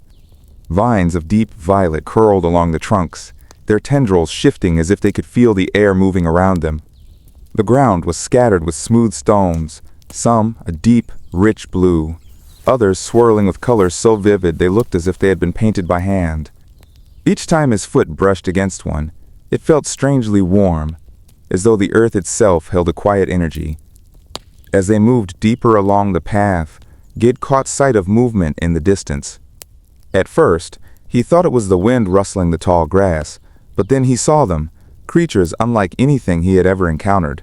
They resembled deer in shape, their sleek bodies moving with quiet grace as they grazed along the hillside, but their skin was smooth, unblemished by fur, and glowed with the same deep blue as the folk who walked beside him.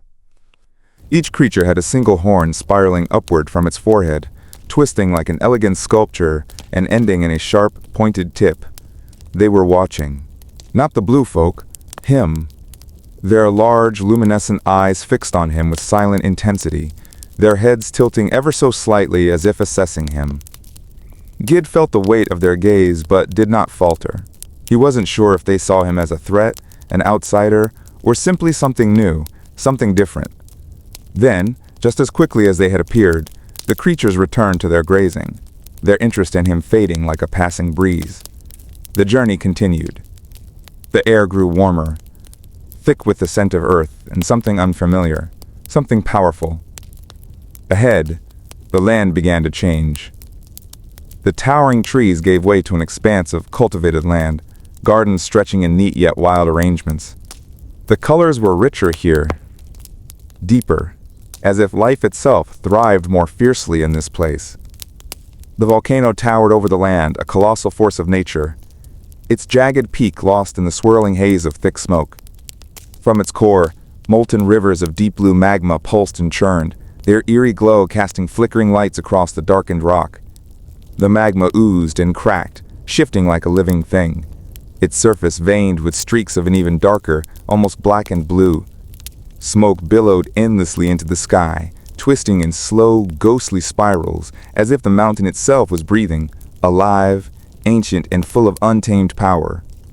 Yet there was no fear among the workers, no hesitation. They had arrived. Gid's breath caught as he took in the sight before him. Rows of plants, unlike anything he had ever seen, flourished in the volcanic soil. Their leaves pulsed with life, shifting ever so slightly as if they were breathing. The soil was carefully scattered with deep purple fragments, as if purposefully placed around the base of trees and plants. These remnants of the cool, deep blue magma had a rich, mineral-like texture, glistening faintly under the light. It was clear they weren't just remnants of the volcano, they served a deeper purpose. The way they were arranged suggested they were used as a sacred nourishment, an ancient gift from the mountain, feeding the land, strengthening the roots, and making the vegetation flourish with an almost mystical vitality. The plants nearest to them stood taller, their leaves more vibrant, their stems thick and pulsing with life, as if drawing power directly from the essence of the earth itself. Between each section of the garden, winding pathways of smooth stone cut through the fields, guiding the workers deeper into the land. A network of streams ran between them, the water weaving like veins through the land, feeding the plants with a constant, gentle current. Everything here, every plant, every drop of water, every stone beneath his feet, felt purposeful, alive. Gid exhaled slowly. This was no ordinary farm. This was something else entirely, and he was about to become a part of it. The blue folk moved with quiet precision, each one knowing exactly what needed to be done without a single word exchanged. It was as if they were guided by an unspoken rhythm, a silent harmony that connected them all.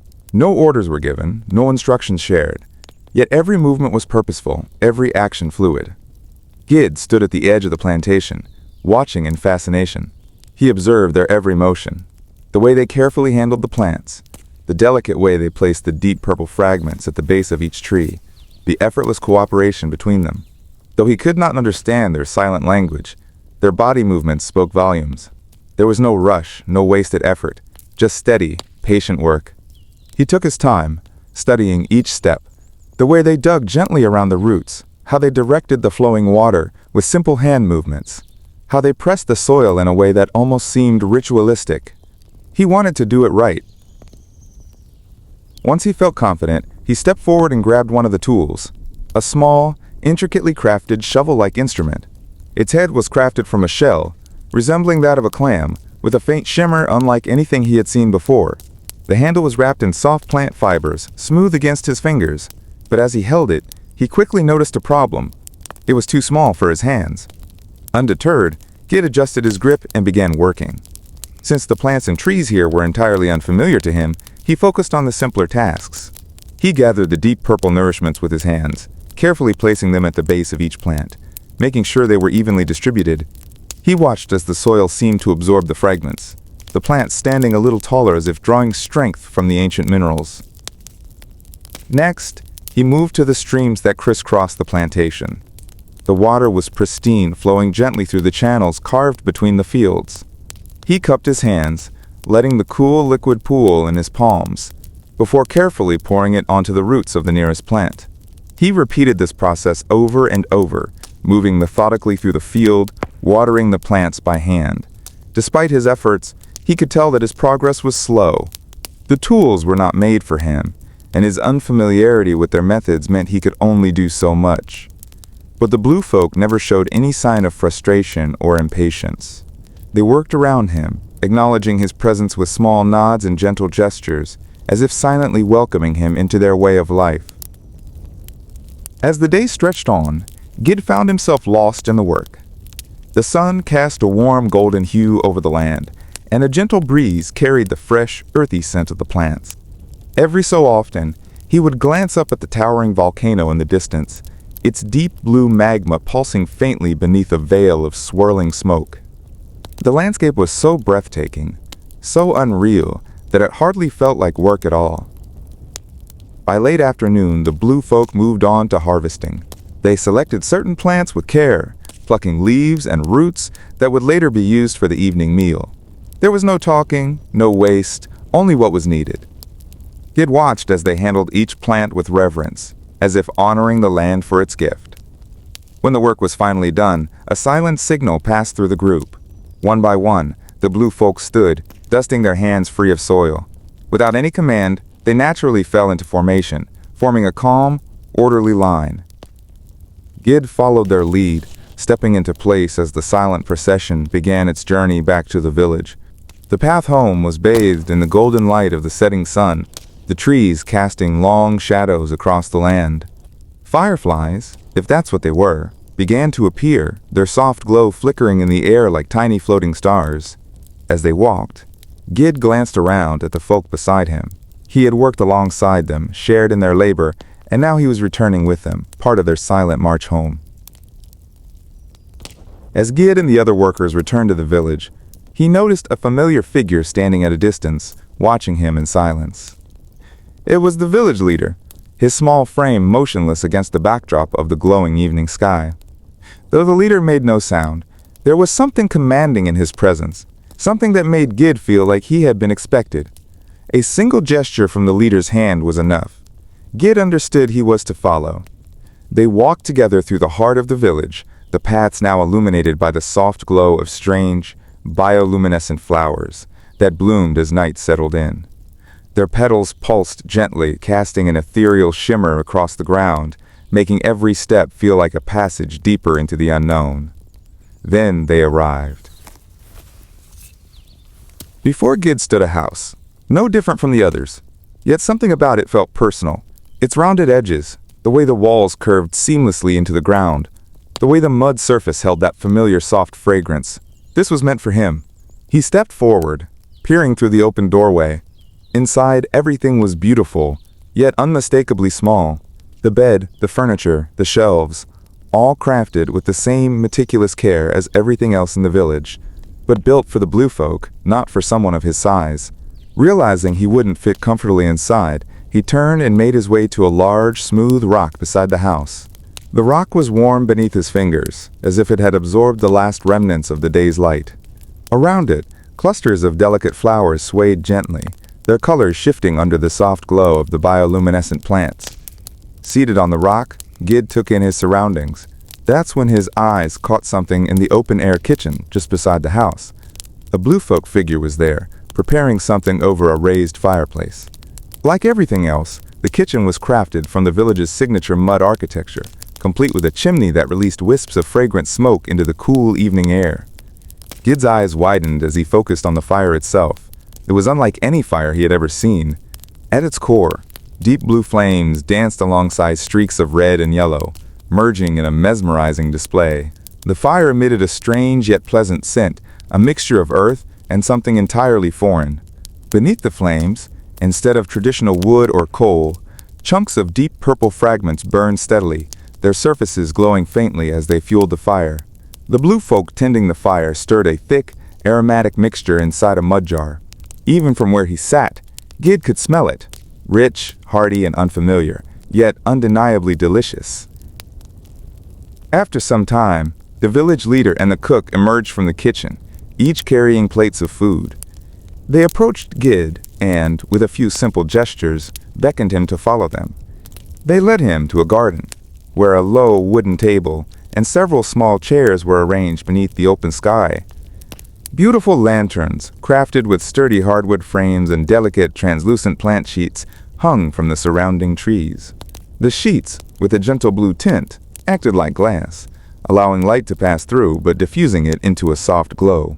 Their warm radiance blended seamlessly with the natural luminescence of the nearby flowers, casting an otherworldly shimmer over the scene.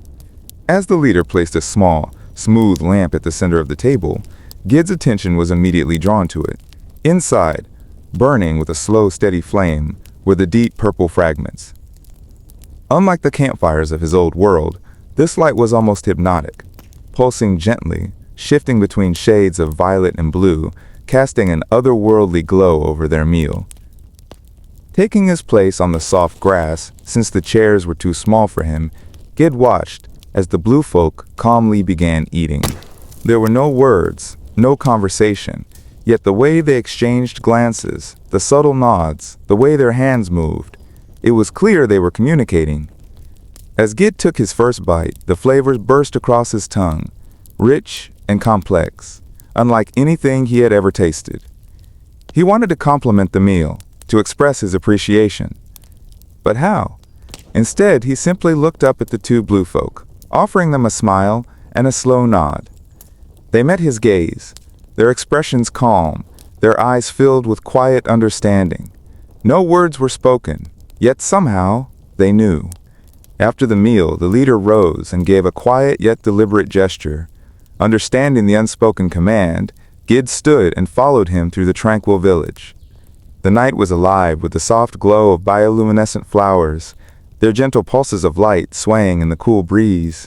The houses, rounded and silent, blended seamlessly with the land, their presence adding to the village's dreamlike serenity. Step by step, they moved through the pathways until they reached the familiar house where Gid had first awakened. The leader gave him a final glance, his expression unreadable yet comforting, before turning and disappearing into the night. Gid stepped inside and settled onto the soft bedding, staring at the ceiling as his thoughts wandered. Images of his old world flickered in his mind, fragments of memories, familiar faces, moments lost in time. His journey here, the strange yet welcoming blue folk, and the mystery of why he had been brought to this world all weighed on him. And then there was her, a presence he couldn't quite grasp, a lingering thought that refused to fade. His mind drifted deeper, thoughts blending into dreams, until sleep finally claimed him.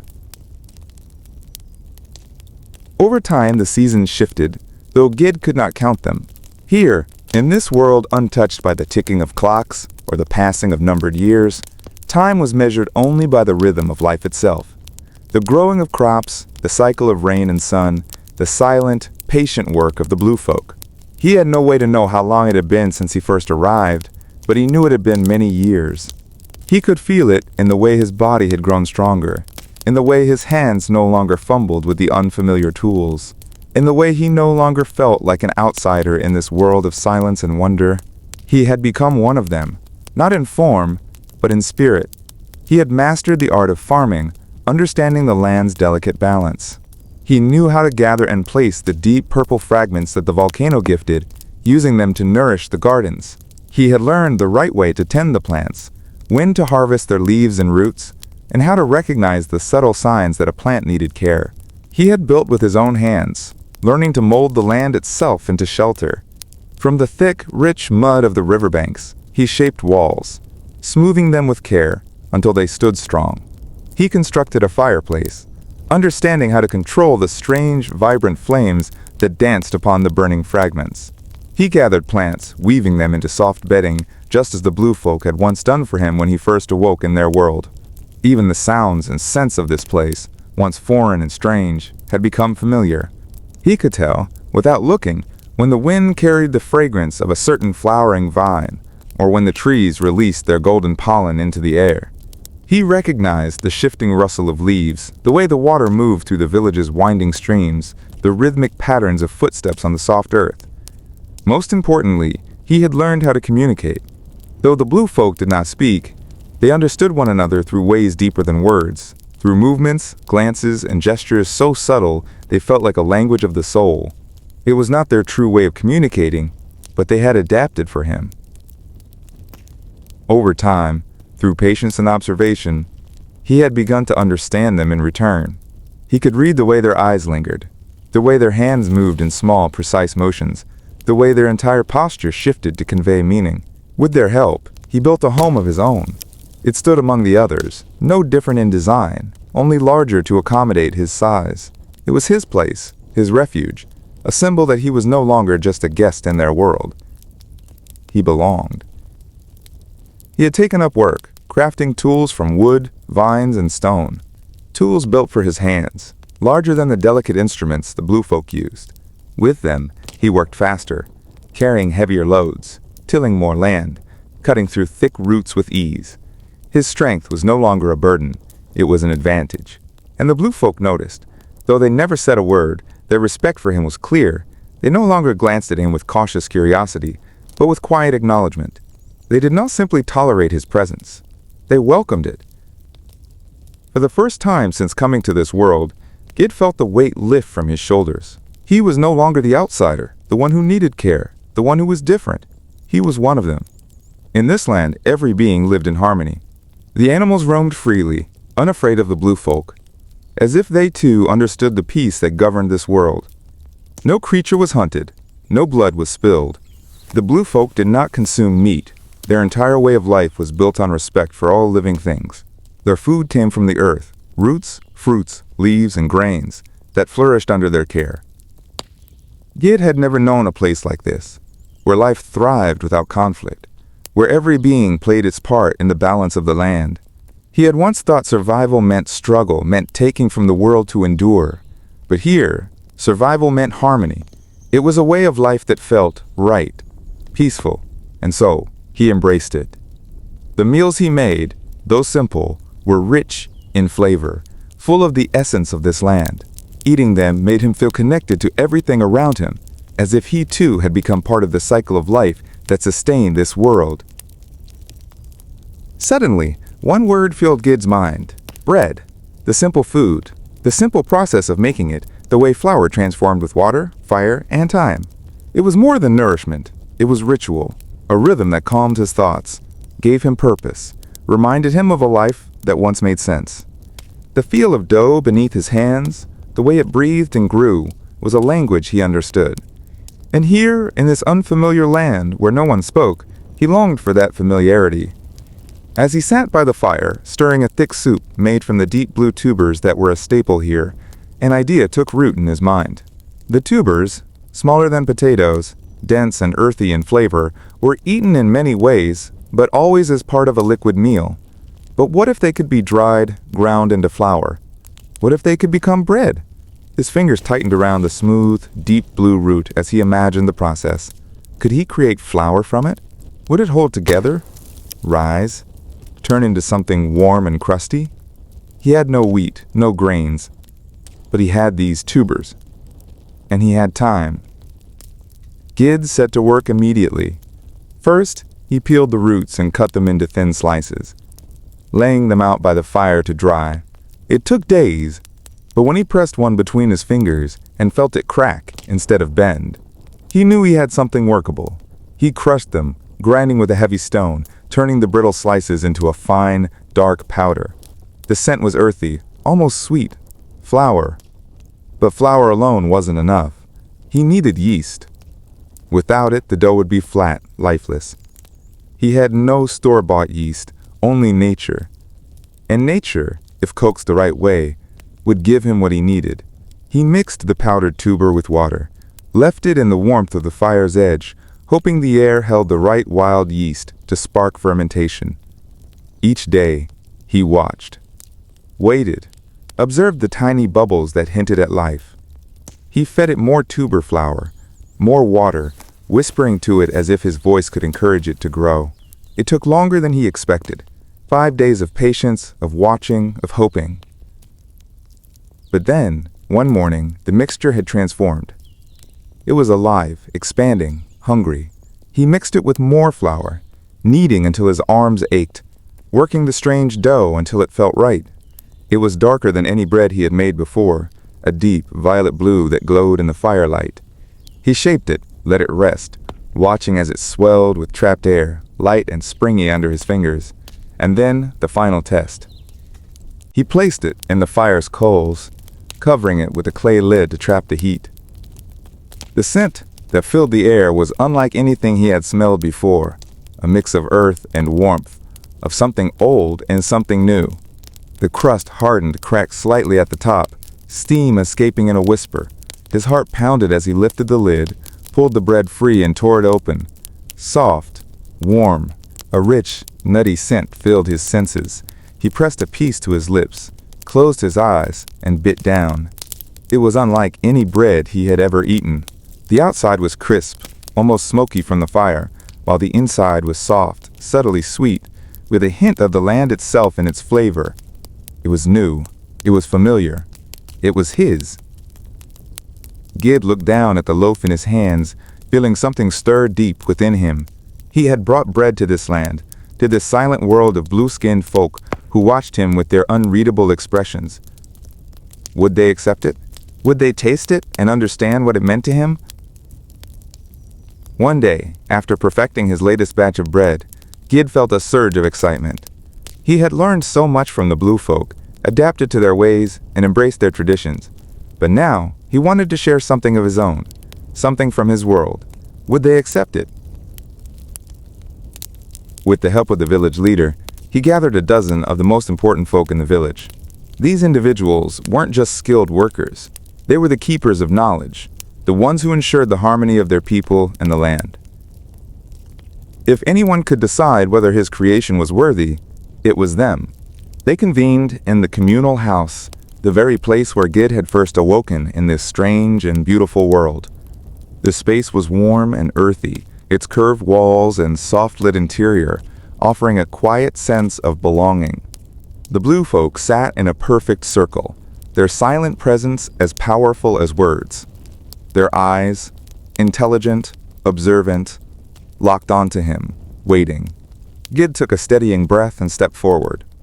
With deliberate care, he unwrapped the loaves, unveiling their crisp, deep, midnight blue crusts.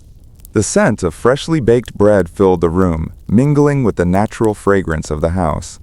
He tore one loaf open, and a soft curl of steam rose into the cool air. Then, with reverence, he passed pieces to each of them. For a moment, no one moved. The blue folk examined the bread with delicate fingers, feeling its texture, weighing it in their hands. Then, one by one, they took a bite. Gid watched anxiously, his heart pounding. The first taste was slow, cautious.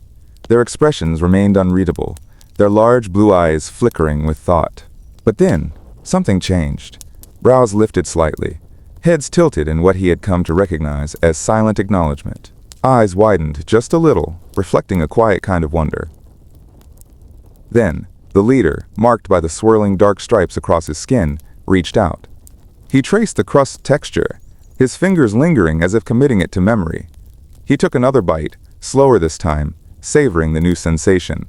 Then, he turned to the others and gave a single nod. A ripple of understanding passed through the group. They liked it. Relief crashed over Gid like a wave. He had done it. He had brought something from his world into theirs, and they had accepted it. Not just as food, but as an experience, a gift, a bridge between two ways of life. As the last crumbs disappeared, the blue folk exchanged glances. Then, in perfect harmony, they looked back at Gid and nodded in unison, a gesture he had learned to recognize as deep approval. The next morning, as the golden light of dawn filtered through the trees, the village stirred with quiet anticipation.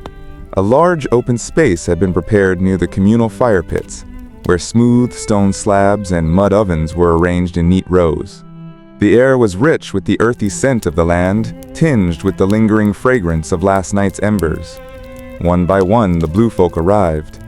Dozens of them, their silent forms moving gracefully, their deep blue skin glowing faintly under the soft morning light. They gathered around Gid, forming a wide circle, their wide, unblinking eyes locked onto him, filled with curiosity and quiet determination. Gid felt a swell of responsibility. This was more than just a lesson. It was a moment of connection, of sharing something from his old world with the new one he had come to love. He took a deep breath, rolled up his sleeves, and began. Using slow, deliberate gestures, he demonstrated each step, making sure they could follow along without words. He mixed the ingredients carefully, showing them how to knead the dough, letting them feel the elasticity beneath their hands. The blue folk mimicked him, their movements precise and patient. Some tilted their heads, analyzing the texture, while others pressed their small hands into the dough, learning its resistance. For days, they observed. They practiced. They tried again and again, perfecting each movement.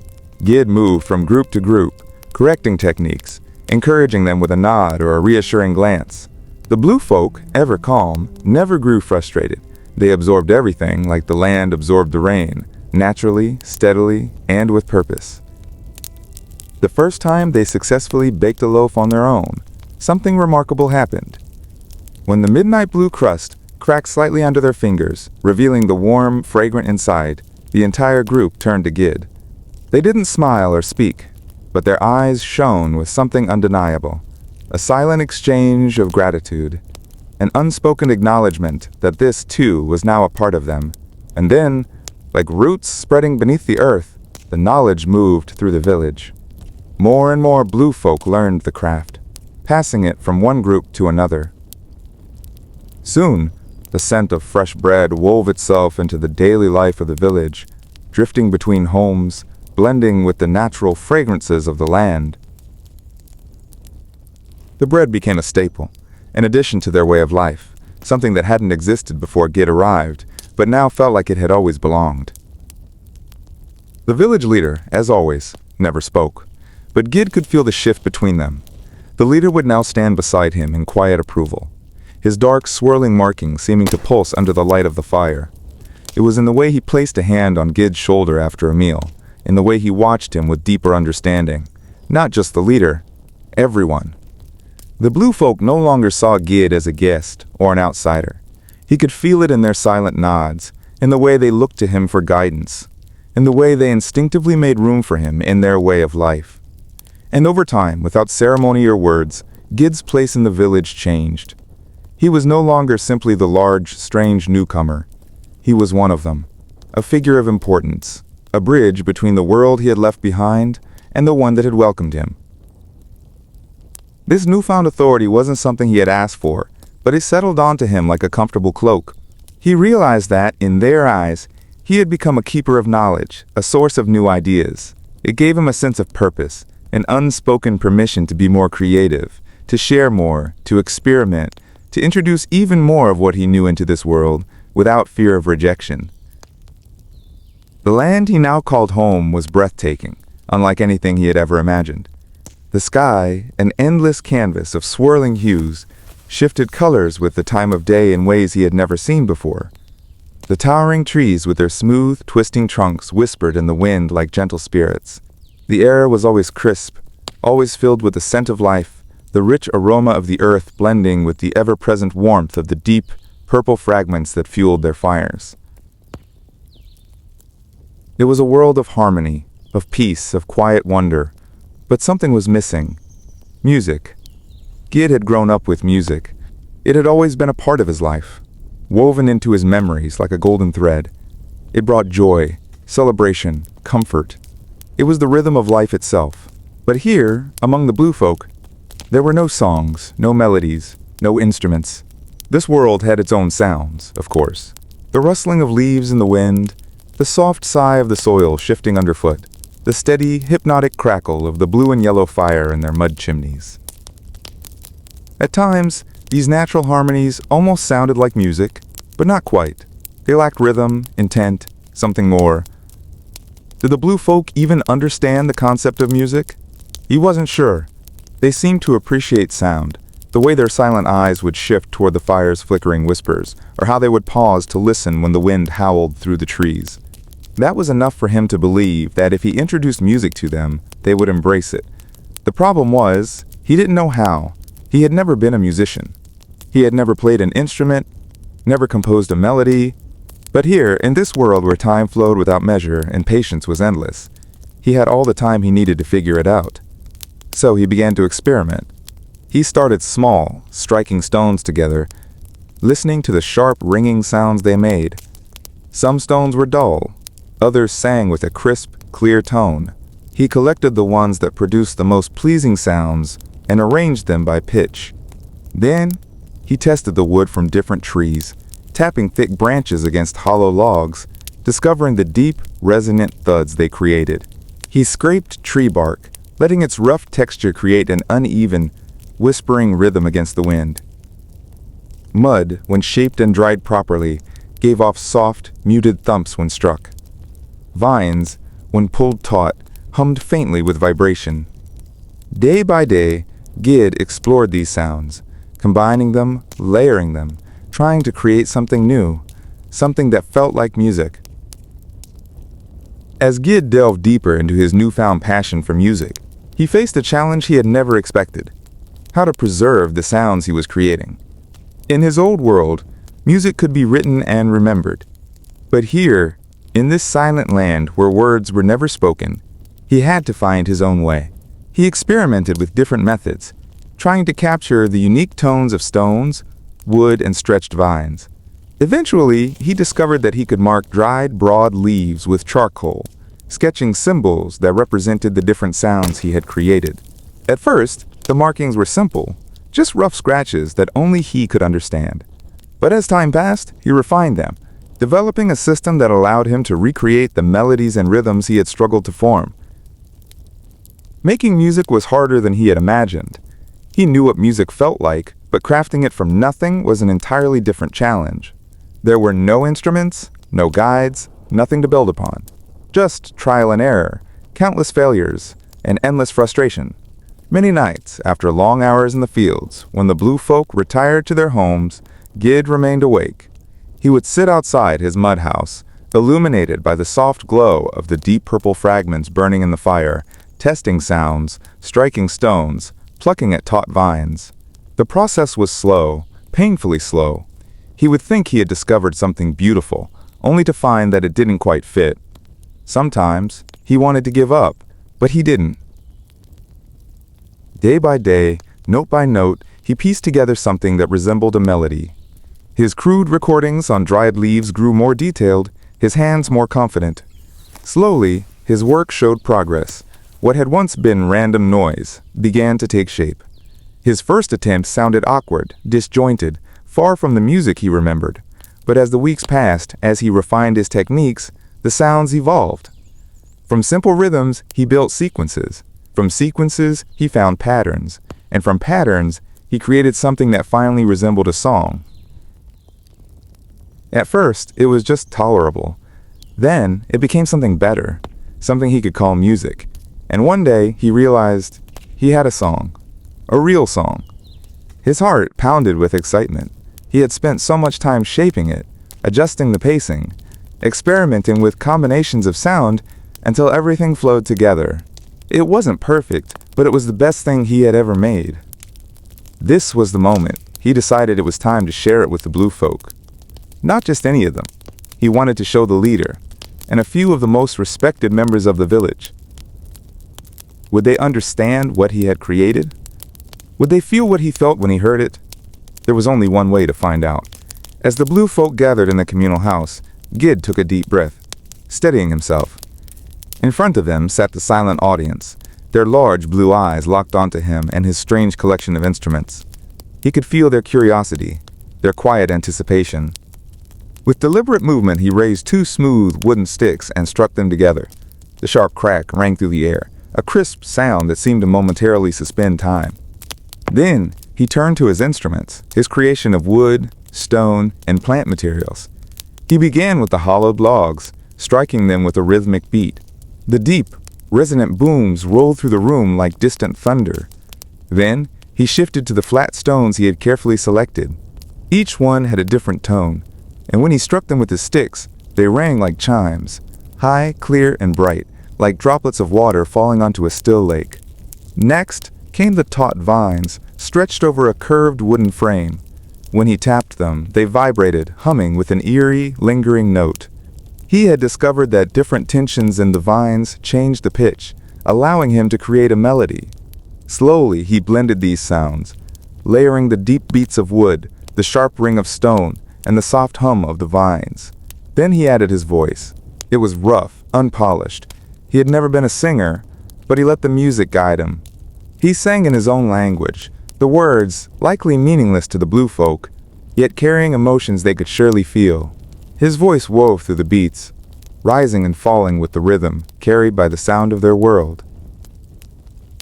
The blue folk sat still, eyes wide, absorbing every note, every vibration. Then, something remarkable happened. Their heads began to sway, slowly at first, then, with more certainty. Some gave small, approving nods. Their silent way of expressing emotion spoke volumes. They were feeling it. They understood. When the last note faded, leaving only the soft crackling of the ever-burning deep purple fragments in the nearby hearth, there was a pause. Then, as one, they looked at Gid and gestured, asking him to play again. His heart pounded with exhilaration. They liked it. It wasn't perfect, he knew that. His music was still raw, unrefined, a new creation just beginning to take shape. There was so much more to discover, so much more room to improve. But it didn't matter, because this was the first song they had ever heard, the first music ever played in this land, a sound that had never existed before in their world. Music had crossed the barrier of language, of culture. It spoke in a way that words never could. And in that moment, Gid knew he had given them something new, just as they had given him a place to belong. And this was only the beginning. Night after night, after long hours of toiling in the fields, Gid would retreat to his quiet corner by the river, his instruments laid out before him like sacred relics. He practiced tirelessly, his fingers dancing over the wood and woven vines and leaves, learning the subtle language of rhythm and tone. What started as simple beats evolved into complex patterns, his melodies growing richer, more layered. The sounds that once felt raw and uncertain became smooth, deliberate, and alive with emotion. Weeks turned into months, and his music transformed. It no longer felt like mere noise filling the silence. It had meaning, depth, and soul. Some songs were accompanied by his voice, raw and strong, carrying melodies that wove through the night like whispers of the wind. Others were purely instrumental, allowing the beats and vibrations to tell stories of their own. As his skill deepened, so did his understanding of the instruments he had crafted. He experimented, making small adjustments, tightening a string here, reshaping a drum there, until each piece responded to his touch with greater precision. His collection of instruments became more than just tools. They were extensions of himself. The blue folk, who at first watched in quiet curiosity, began to see the power of what he had created. His instruments were no longer just objects. They became revered, symbols of something sacred. The rhythms he played resonated with something deep within them, something unspoken but deeply felt. Over time, the hesitant glances turned into quiet acceptance, then growing enthusiasm. The music was no longer just his. It was theirs, too. Gid began teaching them, showing them how to strike the drums, how to pluck the strings, how to find the rhythm that lived within them. At first, they fumbled, their hands clumsy, their beats uncertain. But as the days passed, they improved. They crafted their own instruments, mirroring his designs, tuning them carefully to match his sounds. Soon, Gid was no longer playing alone. He had bandmates, blue folk who, though they never spoke, communicated through the music they created together. With music came something unexpected, a new sense of unity. Songs brought them together in ways words never could. They played while sharing meals, their beats harmonizing with the crackling of the fire. They played at gatherings, during the changing of the seasons, when the first flowers of spring emerged. Where once the village had been silent, except for the rustling leaves and distant bird calls, now it pulsed with rhythm, with life, with something new and beautiful. Music was no longer just a pastime. It became a part of their identity. It was woven into their daily lives, into their traditions, into their very way of being. It brought joy, It brought connection. It brought solidarity. Years passed, and Gid's place in the village grew beyond what he could have ever imagined. He was no longer just a guest, no longer just a man who had brought music. He had become one of the village's most respected figures, a pillar of their community. His rhythms had shaped their traditions, his melodies had become part of their identity, and his presence had left an undeniable mark on their way of life. The once silent village now pulsed with song, with harmony, with a shared heartbeat carried through drums, strings, and wind-carved flutes. But what truly amazed him was how the blue folk had taken music beyond what he had taught them. They were no longer just learning from him. They were creating. New songs, fresh rhythms, unexpected harmonies emerged from the village. Some so unique and mesmerizing that even Gid found himself in awe. He would sit by the fire, eyes closed, letting the sounds wash over him, delighted and humbled by the way they had taken something he introduced and made it their own. Some of their songs touched him deeply, stirring emotions he could not quite name. Gid had everything, or so it seemed. He was respected, cherished, and surrounded by beauty. The blue folk ensured he never went hungry, sharing the finest foods their world had to offer. He lived in peace, in a place that felt almost magical, where nature itself seemed to hum in harmony with their music. He had friends, he had purpose, and he had music. And yet, on some nights, when the fire burned low and the village settled into silence, a quiet longing would creep into his heart. Love. It had been so long, yet he had never truly let go of the girl from his past, the one he had only known through ink on paper, through words carefully chosen and sent across unknown distances. She had been a mystery, yet she had once been the most real thing in his life.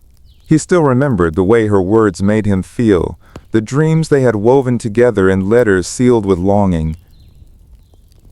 During the busy days when he was creating, building, teaching, it was easy to forget. But at night, when the world slowed down, when the sky stretched vast and endless above him, his thoughts would drift back to her. Did she still think of him?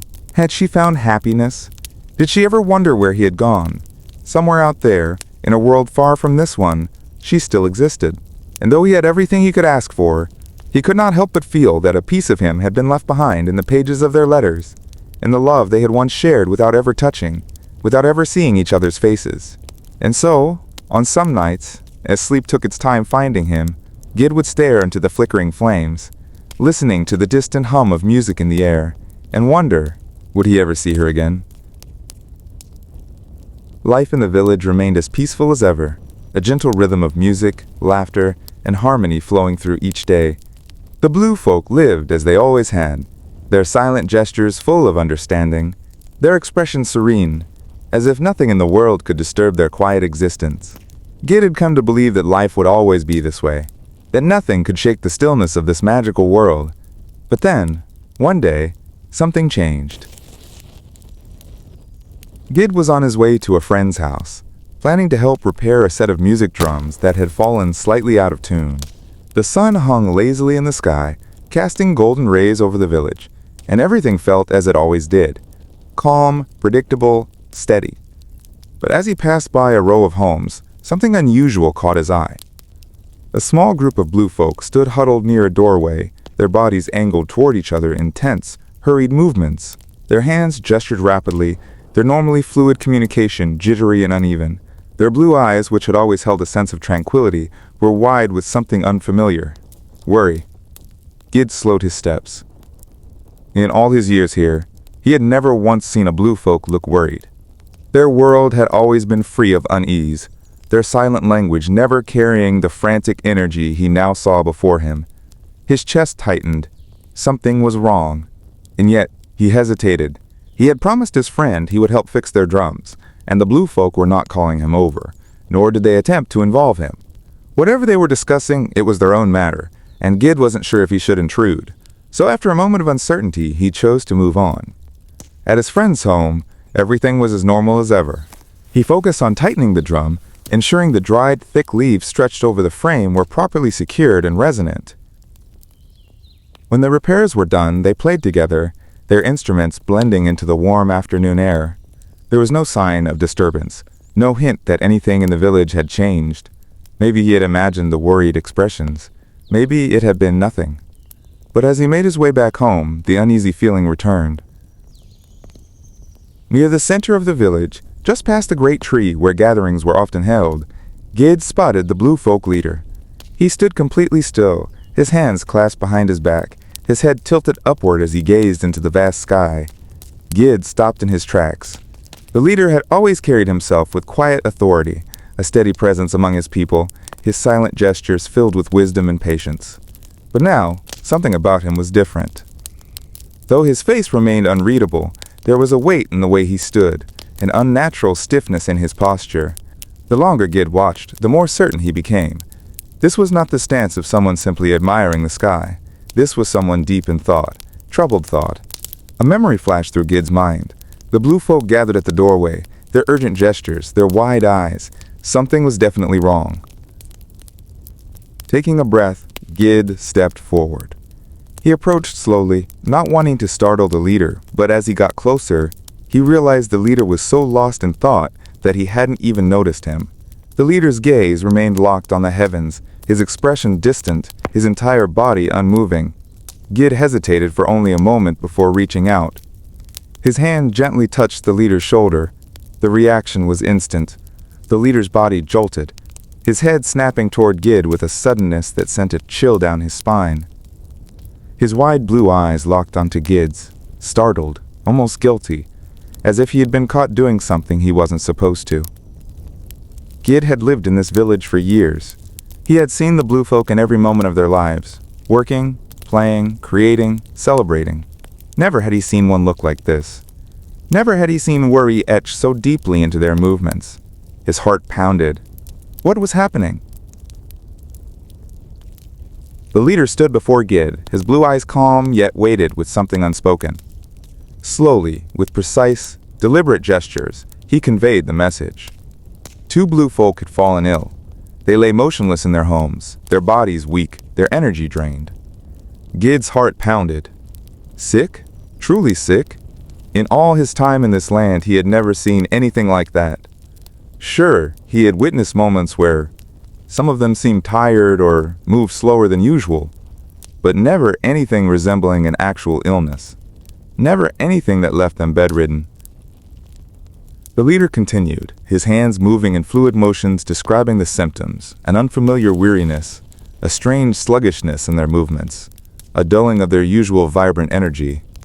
His gestures carried certainty. This was not something minor. This was new, and new, in a place where things had remained unchanged for so long, was terrifying. A cold unease settled over Gid. If the leader himself had never seen such a thing, then it must have been something that had never happened before. Not just in his lifetime, but possibly in the entire history of this land. And that was an impossible thought. The leader's hands stilled. For a moment he simply stood there, his expression unreadable. Then, without another gesture, he turned away. His movements were slow, deliberate. He clasped his hands behind his back, his shoulders slightly hunched as he began to walk. Gid watched him, frozen in place. He had spent years among them, and though the blue folk never spoke a word, their gestures, their body language, had become as clear as any spoken language to him. And now, as he watched the leader's retreating figure, he saw something that sent a chill through him. He had never seen the leader walk like that before. Always, the leader carried himself with effortless grace, as if he moved in harmony with the very land beneath his feet. Now, there was weight in his steps. His gaze was downcast, his posture heavy, his hands locked behind him as though holding something together within himself. It was a walk of quiet sorrow, a walk of uncertainty. Gid exhaled slowly, his mind racing. The leader was old, so old that Gid could never tell if he had an age at all. The blue folk never showed signs of aging, never withered, never weakened. They simply existed, timeless, unchanged. And yet, Gid knew, without a doubt, the leader had been alive for centuries, perhaps longer, perhaps since the very beginning of this place. If he had never seen something like this before, then that meant it had never happened. Not once, not in centuries, not in millennia, maybe not ever. A strange, unfamiliar dread curled in Gid's stomach. Something was different. Something was wrong, and he had no idea what to do next. Gid barely slept. He tossed and turned, his thoughts restless, his mind tangled with unease. The weight of yesterday's revelation pressed against his chest. 2 blue folk. Sick. It was something he had never witnessed before, something even the leader had never seen. The moment the first light of dawn spread across the sky, Gid was already awake. He threw aside his bedding and rose, his body sluggish from the lack of rest but his mind sharp with urgency. He needed to see them. He needed to understand what was happening. The village was eerily silent as he stepped outside. The usual peaceful hum of the morning, the rustling of leaves, the soft shifting of earth beneath bare feet, felt different today, heavier somehow, like the land itself sensed something was wrong. The leader was waiting for him, standing still as stone. He gave Gid a slow nod, then turned, leading the way. As they walked, Gid's heartbeat quickened. He didn't know what he expected to find, but a gnawing fear crept through him. Was this some sickness he had unknowingly brought with him? Was the world changing in a way it had never changed before? And if so, what did that mean for everyone here? They arrived at the dwelling. It was a home like any other in the village. Smooth earthen walls, woven doorways, the scent of fresh leaves and soil lingering in the air. But something about it felt different. A heaviness clung to the space, like sorrow itself had seeped into the walls. The entrance was pulled aside by a family member of the sick folk. Gid had never seen sadness on the face of a blue folk before. Not like this. Their expression was subdued, their large blue eyes slightly dulled, their body more still than usual. They stepped aside without a sound, allowing Gid and the leader to enter.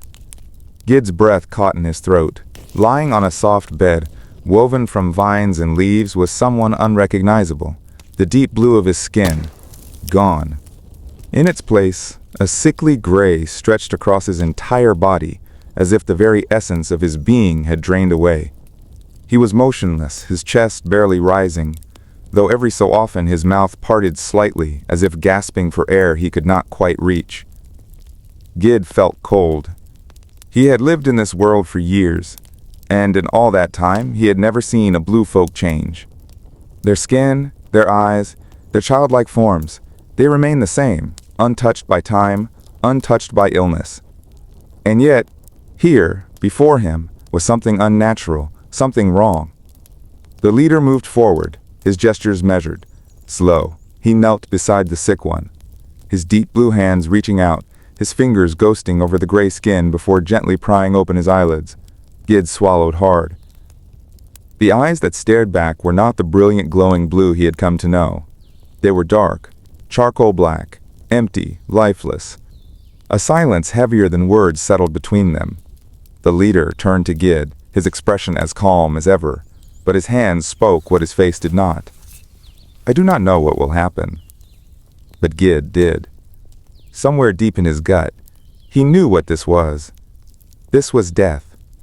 But did the blue folk even understand what that meant? Did they know of an end? Did they have words or gestures for such a concept? Had they ever seen something, or someone simply stop? Gid's hands clenched into fists. He wanted to do something. Anything. He gestured hesitantly. Can I help? But the leader merely gave a slow shake of his head. There was nothing to be done. The air felt thick as they left the home. The leader's posture was rigid, his hands now behind his back, his steps steady but slower than usual. Gid followed, his heart a storm of unanswered questions. As they parted ways, Gid stood for a long time, staring up at the sky, wondering what would happen now. For the first time since arriving in this land, Gid felt something unfamiliar creeping into his chest. Fear, but it was not fear for himself. It was fear for them. This world had been untouched by sickness for as long as the blue folk had existed. Their harmony with nature, their way of life, it had always seemed unshakable, eternal. Yet now, one of them lay motionless, their deep blue skin turned to an unnatural gray, their once bright eyes dark and empty. And Gid couldn't shake the dreadful thought gnawing at the back of his mind. Had he brought this? His old world was filled with sickness, illnesses that ravaged entire civilizations, invisible plagues that spread without warning. He had carried nothing with him when he arrived, not even the clothes on his back. But what if something unseen had traveled with him? What if his presence here, the things he introduced, his food, his way of life, had disrupted something delicate, something sacred? What if he had brought death to a world that had never known it before?